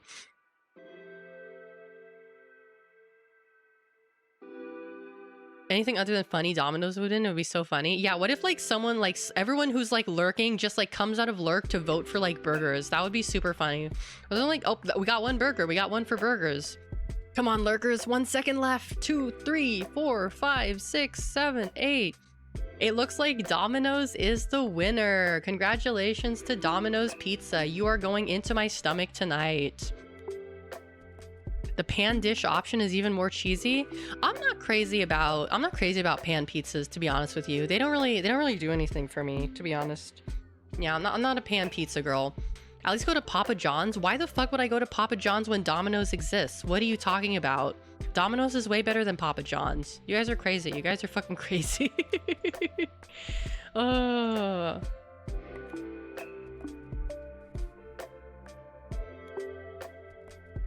Oh man. Alrighty. Well, now that I know that I'm gonna have it for dinner, I think I'm probably gonna call it. We may need to get you tested. Tested for what? What do you need to get me tested for? Tested for what? Papa John is fucking crazy. The Domino's guy has never said anything bad. All there is Domino's Hatsune Miku. Hatsune Miku, Hatsune Miku, Hatsune Miku. Domino's can lead to leftovers too, so you can get more meals out of it. You're so real for that. You're so real for that. Exactly, exactly. Alrighty. Let me go out to the Domino's website and see what they have. Domino's. Let me see what they have. Oh, is it gonna have me put in my location? 50% off all pizzas at menu price, online only. Hot diggity dog. Okay, all one topping pizzas, 7. Oh, they got so many deals going on. They got so many deals. Okay, hold on a sec. Okay, I don't want to put my address in on this computer. That scares the shit out of me. I'm gonna have to do it on my other computer.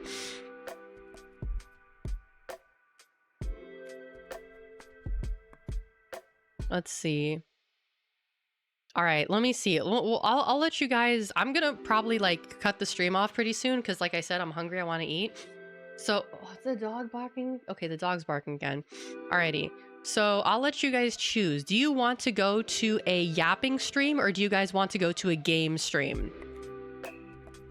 Oh, she's barking again. We'll do another poll. We'll do another quick poll. Yapping stream or game stream? Let's see what the vibe is going on. We'll do 2 minutes for this one. Oh.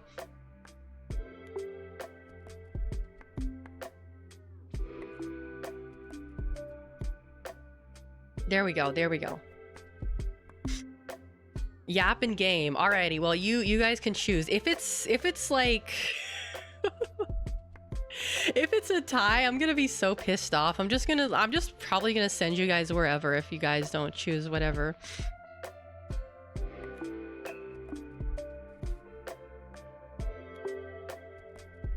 Yapping stream or game stream? You guys get to choose. I've got 2 options for you today. Got several options. Gonna go watch the 2000. Wait, there's a 2007 Yakuza movie? Wait, 2007 Yakuza movie? Who played Majima? Who played Majima? Oh, wait. Wait, this dude?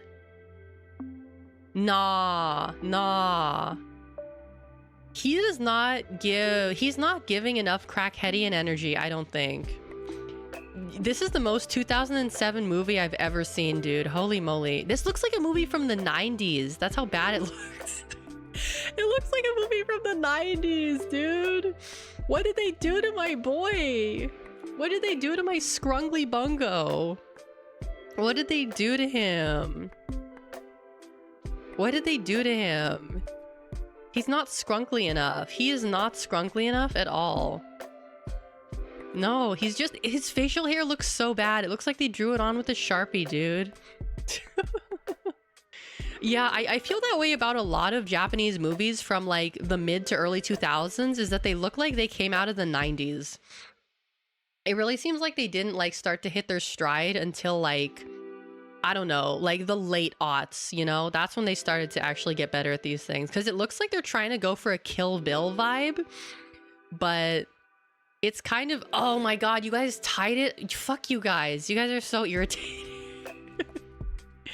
You guys are so fucking annoying. Oh my god. All right, all right. All right, streamer's choice, streamer's choice. I'll send you guys to a yapping stream. I'm gonna send you guys over to Senar, who's doing the exact same thing I am, yapping at Offkai. Actually, well, no, if I was just yapping at Offkai, then you probably don't want to hear more yapping about Offkai. Okay, I changed my mind. We're doing gamers. We're doing gamers. Let's see. Who is still streaming at this point? Let's see. Is she still live? Oh dear, I have too many streams open. It's gonna lag my stream. Can you recommend someone? Sure, why not, Aloha Gator? Why not? I'll take recommendations today. I don't normally do that, but I'll take recommendations. I trust you. Yeah, type it in the chat. Rosie Tails? Okay. I feel like we've rated her before. I feel like we've rated her before. Okay, we'll raid Rosie Tails. That's fine. Oh, actually, before we do, I need to show you guys my schedule. Medule. Oh, she's playing Lies of P based. Hell yeah, we're rating her. Okay, so this is what's going on for me the rest of the week. So no stream tomorrow. No stream tomorrow, but I will be playing Elden Ring on Thursday. Probably. I have to get my, proper, I need to get my tooth fixed on Thursday. So there's a chance that I may still be too numb to talk. There's a chance. Also, the art was done by Senar, she's streaming right now. The art was done by my good friend Senna. But no stream on Friday because I have a friend coming over. But Saturday and Sunday are going to be gaming streams. And we're going, TF2 is back. TF2 is back. I know, you guys, I know I've been depriving you all of TF2, but TF2 is back, baby. So we're gonna be doing that on Sunday as usual. TF2 real, exactly. Alrighty, I'm gonna send you guys over, but before I do, I just want to say I hope you all have a wonderful morning, afternoon, or evening, wherever you're from. And hopefully, I'll see you all next time. Bye-bye.